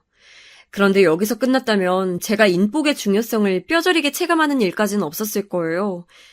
그 친구가 저랑 깔끔히 절교를 하는 것에 그쳤었다면 좋았을 텐데 저랑 공통적으로 아는 애들한테 전부 제 얘기를 해놨습니다. 그것도 사실을 왜곡해서 아주 안 좋게 말이에요. 공통적으로 친한 친구들 말고도 웬만한 고등학교 동창들에게는 전부 다 제 얘기를 돌려놨어요. 장애인을 차별하고 욕하고 그것 때문에 친구를 저버리는 희대의 못된 사람으로 저를 만들어놨더라고요. 저는 졸지에 인성 더럽고 의리 하나 없는 사람으로 전락되어 있었어요. 저는 처음에는 그 친구가 제 얘기를 그런 식으로 다 뿌려놓은 걸 몰랐기 때문에 왜 다들 제 연락을 피하는 건지 이유도 모른 채 서글퍼했었습니다. 그런데 그 전말을 알고 나서는 진짜 충격을 크게 받았어요. 자기들끼리 제 욕을 엄청 했더라고요. 대학교에서 마주치는 모든 사람들도 오죽하면 제 눈에 곱게 보이지 않았습니다. 혹시 저 사람이 제 이야기를 알지는 않을까 하는 망상에 사로잡혀서 괴로웠죠. 그 사건 때문에 저는 새로운 친구를 사귀는 게 어려워졌으며 남자를 소개받는 일은 무조건 꺼려졌어요. 저랑은 다르게 그 친구는 발이 넓은 성격이었고 대학 입학도 저보다 일찍 했기에 사회 진출도 빠를 것이었습니다. 혹시 그 친구가 사회에 나가서 저랑 겹치는 지인이라도 만나면 또 제 얘기를 거짓으로 꾸며서 나쁘게 퍼뜨리진 않을까 이런 두려움에 저는 떨어야만 했어요. 엄마가 자꾸 저한테 나약한 소리 좀 하지 말라고 해댔었기 때문에 저는 정신적으로 허약해진 제 자신이 혐오스럽기도 했습니다. 이런 상황에서 공부가 잘 될 리는 없었어요. 자꾸 집중력이 흩어졌고 다른 생각을 하게 됐죠. 한 번 시작된 우울이 극한으로 치달아가고 있을 때 저의 일상을 구원해준 손길이 있었어요. 그건 우습게도 TV 속 아이돌 가수였습니다. 우연히 무대를 보고 나서 빠지게 됐는데 어쩌다 보니 주말에 시간을 내서 그 가수의 무대를 보러 방송국의 방청까지 가봤어요. 그 현장에서 같은 팬들을 만나서 친목도 하게 됐고요. 저한테 무대 기다리면서 먹으라고 초콜릿이나 사탕도 나눠줬고 다들 먼저 말을 걸어주더라고요. 아이돌 가수 따라다니다 보면 자동으로 성격이 굳세지는 모양이었어요. 다들 쾌활했어요. 황당하게도 저는 그렇게 점차 다시 밝아질 수 있었어요. 힘찬 기운을 가진 사람들과 연락을 주고받다 보니까 저도 점차 그렇게 되더라고요. 이래서 주변 사람을 보면 그 사람이 어떤 사람인지 알 수 있다고 하나 봐요. 그만큼 사람이란 존재는 주변의 영향을 받게 된다는 것이죠. 외향적인 활동을 슬슬 즐기게 된 저에게는 다시 고민이 한 가지 도래했습니다. 그것은 바로 제가 과연 의사를 진정으로 하고 싶으며 할 자신이 있는가 하는 문제에 대한 것이었지요. 솔직히 가슴에 손을 얹고 양심 고백을 해보았을 때 저는 의사를 하기에는 기량 미달이었습니다. 남은 관문을 모두 통과할 자신도 충분하지 못했고요. 그런데 이때 제가 연애를 시작하게 됐어요. 나이는 저보다 6살 많아서 30대로 접어든 남자였고요. 만나게 된 계기는 별거 없었어요. 스타벅스 카페에서 공부하다가 만났습니다. 저는 여느 때처럼 머리가 터질 것 같은 의학 공부 중이었고 그 남자는 노트북을 펴놓고 프로그램을 만지고 있었어요. 그 스타벅스 지점이 공부를 하거나 노트북을 하는 사람들은 한 구석에서 모여 할 수 있도록 자리가 배치되어 있었거든요.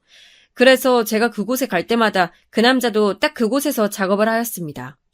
저도 그 남자를 진작 인식하고 있었는데 어느 날은 제가 가보니까 먼저 자리하고 있더라고요. 그런데 저한테 갑자기 말을 거는 거예요. 저기, 혹시 오늘은 괜찮으시다면 제가 음료를 사드려도 될까요? 제가 마침 스타벅스 카드에 충전해 놓은 금액이 꽤 돼서요. 네? 공짜라면 제가 사양을 안 하는 편인데. 그럼 그래도 될까요? 혹시 아메리카노 말고 다른 거 시켜도 돼요? 물론이죠. 초코 들어간 음료 좋아하시죠? 지켜봤는데 초코 좋아하시는 것 같아서요. 저한테 멋쩍은 얼굴로 그렇게 말을 하는 남자가 이상하게도 제 눈에는 꽤 귀여워 보였습니다.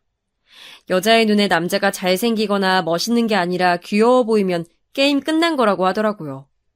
귀여워 보인다면 그걸로 이미 마음을 빼앗겼다는 증거래요.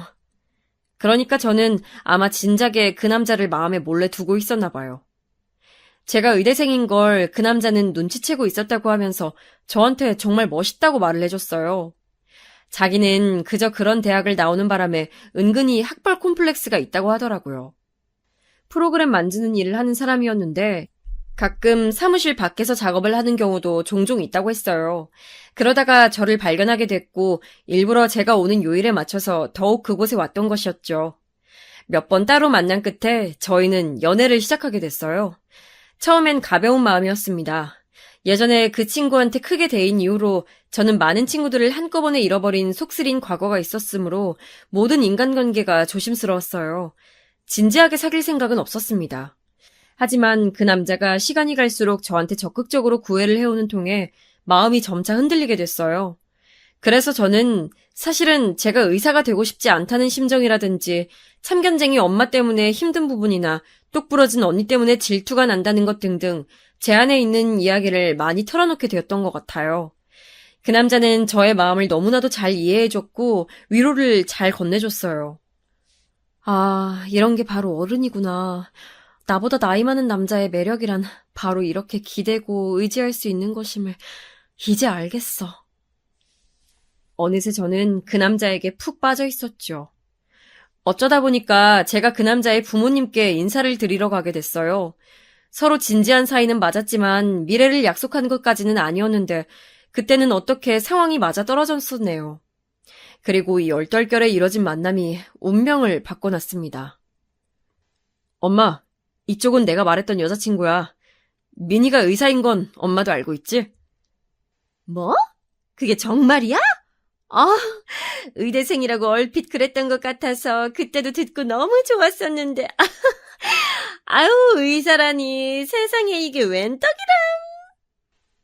그 남자가 너무나도 태연하게 저를 의사라고 소개해버린 거예요. 저는 아직 의사가 아니었는데요. 그런데 그 남자의 어머님께서 너무 환하게 웃으시면서 좋아하시니까 정정할 엄두가 안 났습니다. 게다가 저의 당황스러운 기색을 눈치챈 그 남자가 저에게 얼른 귓속말을 해왔거든요. 어차피 의대생인 건 맞잖아. 우리 엄만 의학 공부했으면 다 의사인 줄 아는 사람이야. 굳이 맞니 아니니 따질 필요 없어. 오빠, 그래도 나한테는 미리 귀띔을 하지. 의사라고 그러니까 너무 좋아하시는 것 같아서 지금 좀 당황한 참이야. 우리 엄마가 의사라는 직업을 좋아하시나 봐. 나도 지금 처음 알았네. 그 남자가 웃으면서 그렇게 말을 하길래 그냥 그런 줄로 생각을 했어요. 분위기에 휩쓸려 버렸던 것이죠. 저희 집이 사는 동네를 들으시곤 그 어머님께서는 또다시 무척 반색을 하셨습니다. 집값이 비싼데 산다면서 신이 나신 기색이었죠. 그때 저는 그걸 왜 칭찬 정도로 받아들였었나 모르겠네요. 그냥 홀렸었나 봐요. 원래는 이른 결혼 따위 제 인생 계획에서 없었건만 저는 그 남자와 결혼 이야기를 시작하게 됐습니다. 그 짧은 그 남자의 부모님과 만남을 가진 이후로 그렇게 됐어요. 그 남자가 정말 엄청나게 적극적으로 결혼 얘기를 꺼내왔었거든요.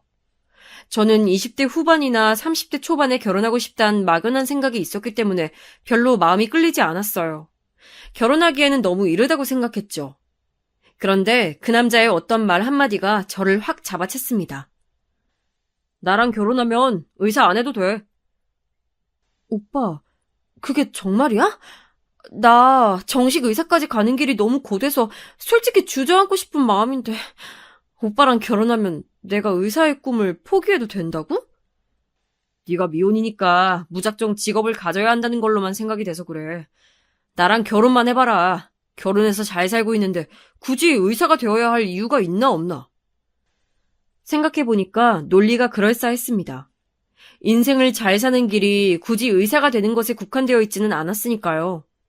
남편은 자기가 모아놓은 돈이 많지는 않아도 현재 직장에서 수입이 꽤 되기 때문에 제가 다른 꿈을 찾을 때까지 저 하나 먹여 살리는 건 일도 아니라고 했습니다.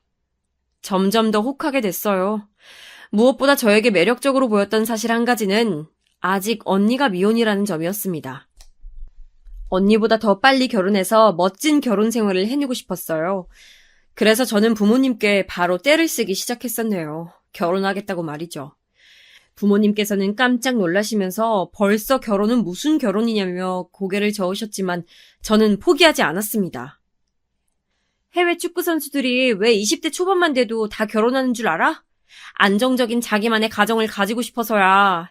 내조받으면서 운동을 하는 게 더 심리적인 안정감을 주기 때문이라고.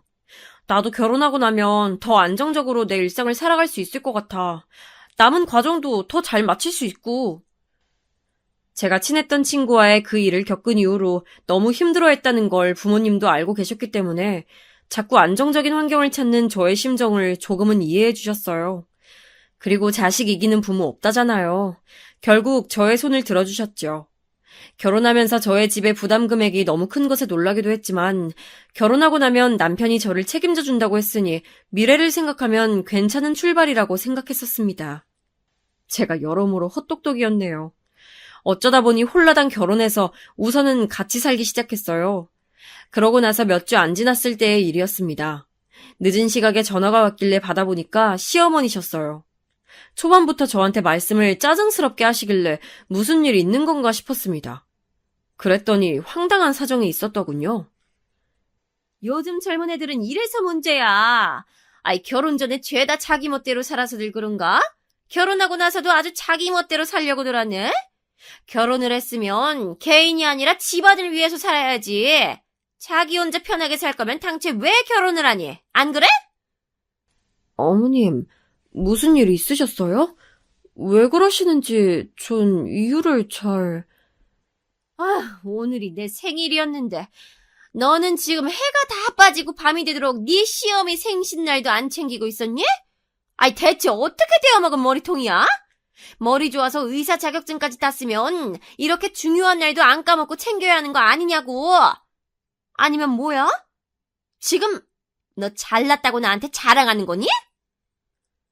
시어머니 말씀 듣고 너무 황당한 점들이 많았는데 우선 저는 의사 자격증이라는 걸 딴 적이 없었답니다. 상견례 장에서도 시어머니께서 자꾸만 저희 부모님한테 의사 딸이라고 운운하셔서 당혹스러웠었죠. 별로 이상하게 생각 안 하신 저희 부모님은 그냥 대화를 넘기셨었지만요. 그리고 아무도 안 알려줬는데 제가 시어머니 생신을 어떻게 아나요? 양력이면 모를까 음력이라고 하잖아요. 남편도 아무 말 안 했는데 제가 무슨 수로 음력 생신을 알아내서 챙길 수 있었다는 건지. 어머님, 지난 주말에 같이 식사하실 때 저한테 말씀 주시면 좋았을 텐데요.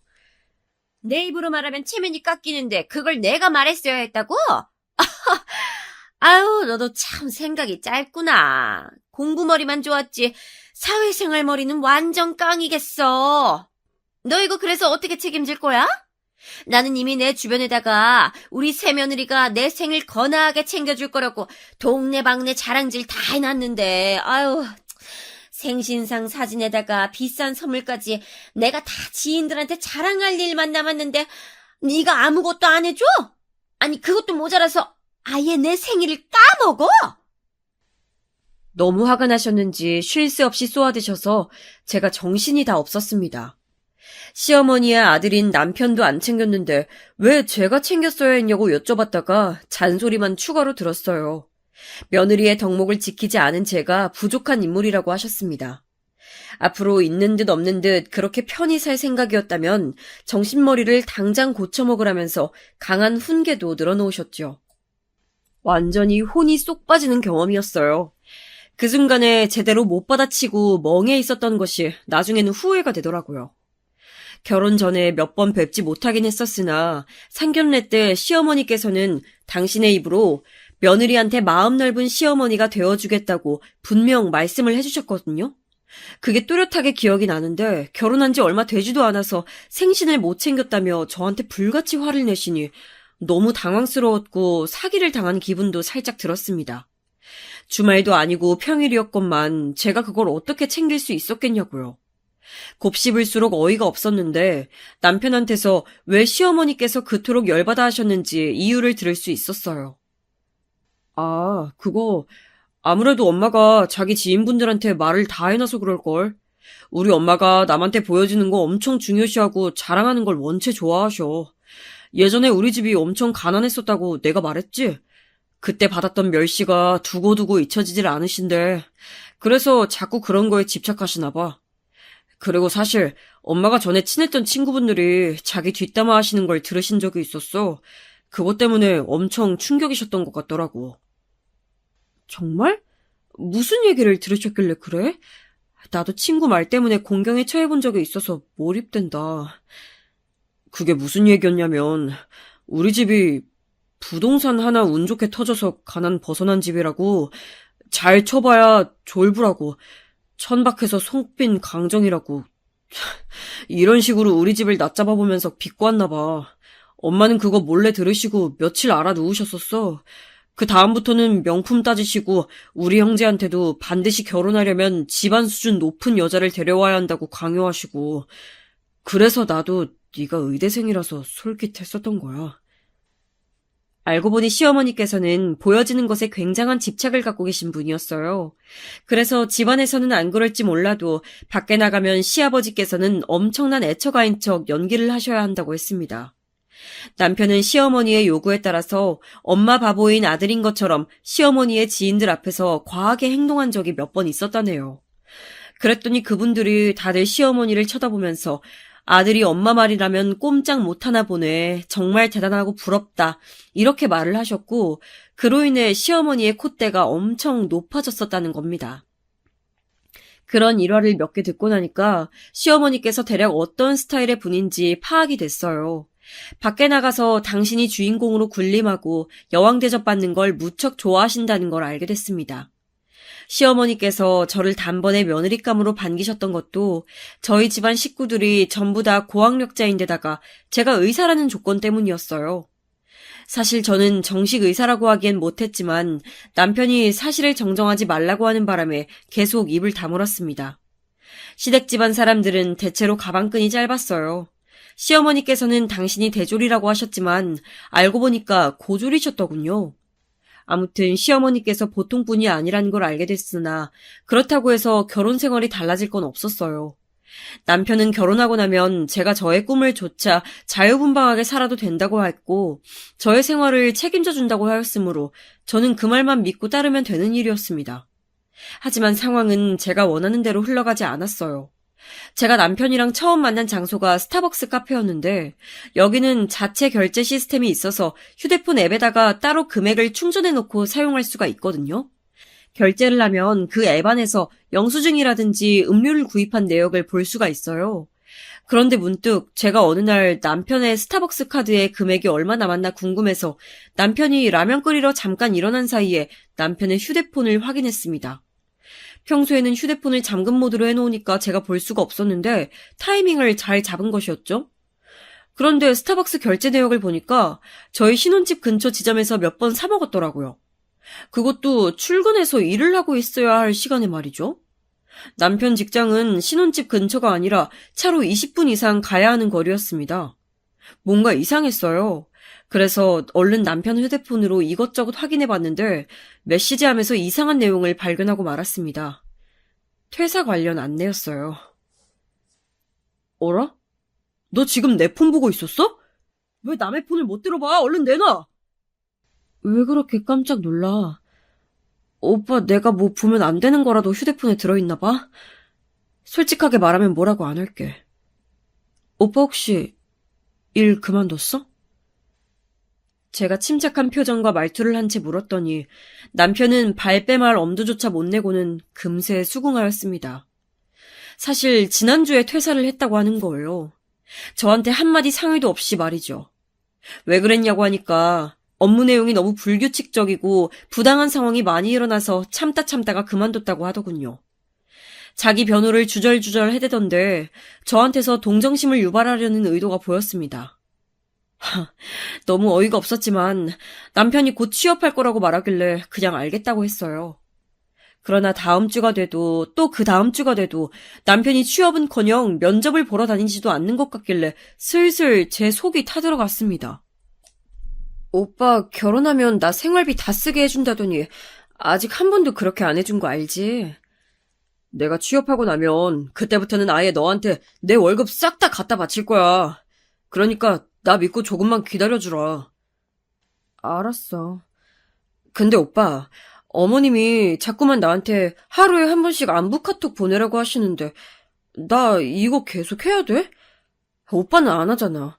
자식도 안 하는데 며느리가 왜 해야 될까? 야, 그게 뭐가 어렵다고 그러냐. 별거 아니니까 그냥 해드려.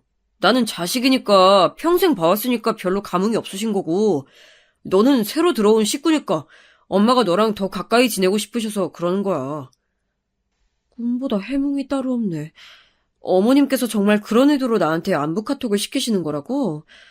나는 왜 이게 어머님이 나보다 확실히 위에 있다는 것을 굳건히 하려는 서열 정리로 보일까?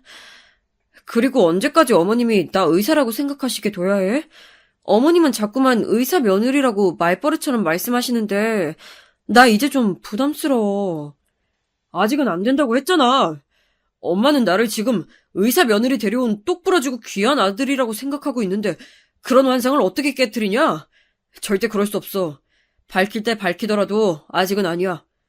그냥 의사라고만 하면 되는 건데 어려운 거 아니잖아. 의사일 배운다는 핑계로 매일 바쁜 척하고 그래서 우리 엄마도 자주 안 볼 수 있는 건데 이게 너한테 손해는 아니잖아. 그치? 남편이 구구절절 말을 해대는 게 별로 영양가 없는 소리라는 건 알았지만 저는 생각하기 피곤하다는 핑계로 그걸 더 깊게 파진 않았습니다. 시간이 알아서 해결해주겠지 하는 안일한 마음으로 넘겼어요. 하지만 상황은 점입가경이었죠. 그 뒤로 한 달이 지나도록 남편은 취업을 하지 못하였으며 저는 제 돈으로 생활을 해나갔습니다. 결혼하고 나서 남편한테 따로 돈을 받아본 적이 없었어요. 제가 슬슬 눈치를 줬더니 그때마다 남편이 내세운 건 당사자가 가장 힘들다는 얘기였습니다. 너도 속이 터지겠지만 당사자인 나만큼 네가 힘들겠어. 더 좋은 곳에 들어가기 위해서 매일을 고민하고 머리를 싸매고 있는 나의 고충을 네가 이해나 할 수 있겠냐고. 아, 나 너무 힘들다. 그러니까 가만히 있어도 힘든 나를 네가 굳이 보챌 것까진 없어. 남편이 저를 가르치듯 그런 식으로 말을 하니까 듣는 저는 기가 막혀왔어요. 이게 도대체 정상적인 결혼 생활이 맞는가 하는 의구심까지 들기 시작했습니다. 결혼한 언니들이 하나같이 결혼은 늦게 하고 혼인신고는 더 늦게 하라는 말을 왜 하는지 비로소 이해가 되었어요. 저는 가슴이 답답해서 미칠 와중이었는데 시어머니의 채근은 하루도 빠지지 않고 이어졌죠. 특히나 밖에 나가서 지인들과 만남을 가지시면 저한테 꼭 그 시간에 맞춰서 연락을 하라고 신신당부를 하셨습니다. 전화를 하면 더 좋고 그게 안 되면 카톡이라도 꼭 보내라고 하셨어요. 그 이유가 뭐냐면 다른 사람들이 보는 앞에서 의사 며느리한테 존경받는 시어머니라는 걸 너무나도 알리고 싶어 하셨기 때문입니다. 제가 왜 시어머니의 그런 욕망을 충족시켜드려야 하는지 이해할 수 없었어요. 저한테 지침까지 내려주시면서 당신의 원하는 바를 달성하고자 하였습니다. 그러다가 마침내 이런 아슬아슬한 상황을 폭발시킨 사건이 일어났죠. 저한테 일요일 낮에 시간 되냐고 시어머니께서 진짜 한 100번은 물어보셨을 거예요. 늦은 점심 식사하자고 그러셨거든요. 하도 성화를 부리셔서 알겠다고 답변을 드렸습니다. 몇 번이나 답변을 해드렸고 그 당일에 식당으로 가봤더니 엄청 큰 곳이더라고요. 식당이 2층짜리였는데 도착해서 시어머니께 전화를 걸어봤더니 2층 룸으로 올라오더라고 하셨습니다. 이때부터 왠지 싸한 기분이 들었어요. 제가 도착한 곳은 2층 룸 단체석이었습니다. 맙소사, 시어머니께서 동창 모임을 가지고 계셨던 거예요. 이것도 너무 당황스러웠는데 더 웃긴 건 이미 식사가 한창 중이었으며 거의 다 드신 분들도 계셨다는 사실입니다. 이쪽은 우리 며느리야. 내가 얘기했었지? 우리 며느리 의사라고. 어찌나 효심이 깊은지. 내가 오늘 여기서 모임 있다고 하는 소리에 지나가다가 이렇게 들렀다네. 제가 마지못해 시어머니의 옆쪽으로 가서 앉았어요. 시어머니께서는 거드름을 피우시며 저를 대신 소개해 주셨습니다. 저는 얼굴이 화끈거리려는 것을 참고 그분들을 향해 눈짓으로 인사를 드렸네요. 같은 테이블에 앉으신 분들이 저 먹을 것을 챙겨주시면서 식사 다 끝나가는데 와서 어떡하냐고 걱정스러운 투로 말씀을 주셨어요. 그랬더니 옆에서 시어머니가 하시는 말씀이 에이, 괜찮아. 우리 의사 며느리는 그냥 나 잠깐 보러 온 거지. 여기 본격적으로 밥 먹으러 온 거 아니야. 나 챙겨주러 온 거지? 그치? 저를 당신의 충실한 종처럼 포장을 하셨어요. 시어머니께서는 동창들 앞에서 당신의 모습이 무려 의사 며느리로부터 절대적인 순종을 얻어낸 위대한 시어머니처럼 비치기를 바랐던 것입니다. 진짜 머리가 어지럽더라고요. 제가 별말 안 하고 고개만 주걱거리니까 거기 계신 분들은 의사 며느리면 똑똑할 텐데 정말 대단하다면서 그런 잡담들을 나누셨습니다. 저는 어떻게든 빨리 이 자리가 피하기만을 바랐죠. 그리고 드디어 다들 일어날 때가 왔어요. 저는 그냥 똥 밟았다고 생각하고선 이날 일을 잊어버릴 참이었습니다. 시어머니께서 저에게 주문서를 쥐어주시기 전까지는 그러했죠. 어머님, 이거 계산대에 가져가는 건데. 이거 왜 저한테 주세요? 계산 네가 할 거지? 하여간에 시어머니 기 살려주는 데는 의사 며느리가 최고라니깐.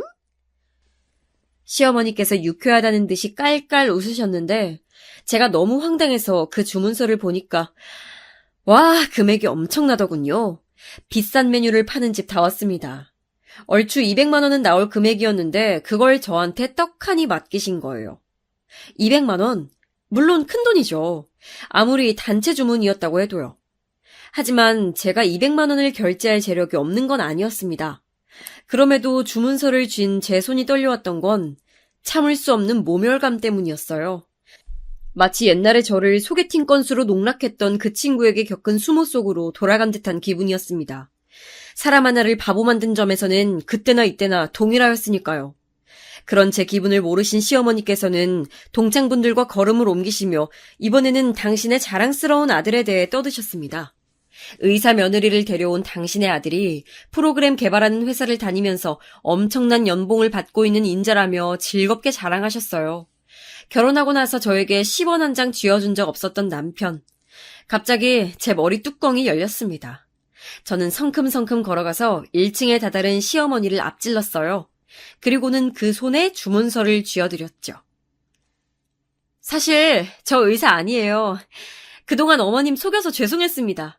의사가 아니라서 밥값 결제는 못 해드릴 것 같네요. 제가 또렷한 목소리로 외치자 순간 정적이 흘렀어요. 잡담을 나누고 계셨던 시어머니의 동창분들이 전부 얼음처럼 굳어버려선 저만 쳐다보셨죠. 시어머니께서는 의외의 상황에 놀라 사색이 되어 계셨습니다. 네가 의사가 아니라고?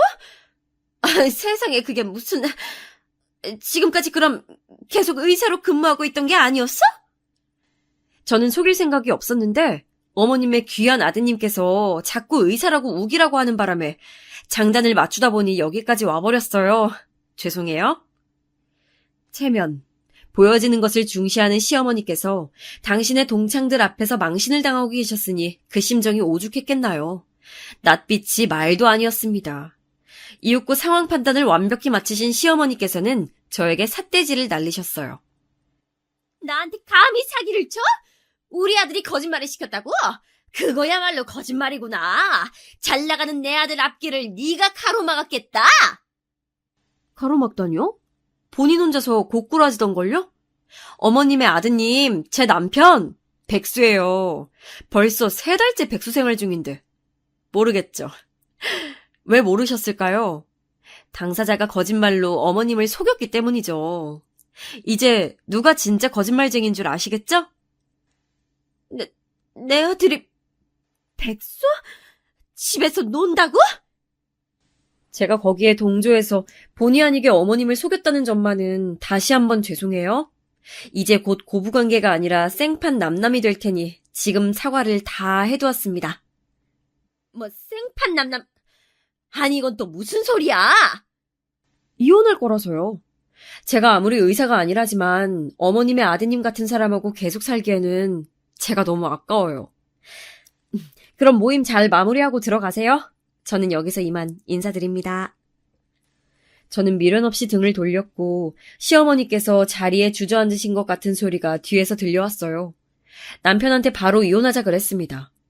절대 이혼 못 해주겠다면서 남편이 날뛰었으나 저는 결혼 전에 남편한테 제 생활을 책임져 주겠다는 각서까지 받아둔 상태였었거든요. 그걸 디밀면서 이건 사기 결혼이었다고 주장했더니 본인도 창피한 건 아닌지 기세가 수그러들었어요. 의사는 아니지만 집에 잘 사는 건 사실이었잖아. 지금이라도 나한테 용서를 빈다면 내가 다시 받아주마. 내 아들한테 이혼 안 당하고 살 수 있도록 내가 도와주겠다고. 시어머니께서 웬 이상한 소리를 해대셨지만 저는 그냥 무시했어요. 저는 이혼 의사를 저희 부모님께 밝혔고 전말을 다 알게 되신 두 분께서 전면으로 나서주시는 바람에 무사히 합의 이혼으로 마무리 지을 수 있었습니다. 제가 결혼이란 걸 너무 우습게 생각했던 것 같더라고요. 반성이 됐고 너무 창피했어요. 부모님 앞에서 면목이 없었고 어줍지 않은 위로를 건네기보다는 묵묵히 저를 챙겨주는 언니를 보면서 또 한 번 부끄러워졌습니다. 이혼 후에 칩거 생활을 했던 저는 용기를 내서 가족들에게 말을 했어요. 제가 원하는 미래를 제가 꾸려나가고 싶다고 말이죠. 그 과정에서 가족들이 도움을 준다면 저는 결과로 보답할 자신이 있다고 선언했습니다. 진짜 죽도록 혼날 줄 알았는데 아니었어요. 제가 저희 부모님을 잘 모르고 있었나 보더라고요. 시간이 흘러서 저는 의사가 아닌 개인 사업자가 되었으며 억대 매출을 올렸습니다. 의사처럼 누군가의 선망을 받는 직업은 아니지만 무척 행복해요. 과거를 통해 성장한 제가 지금의 저를 만든 것만 같네요.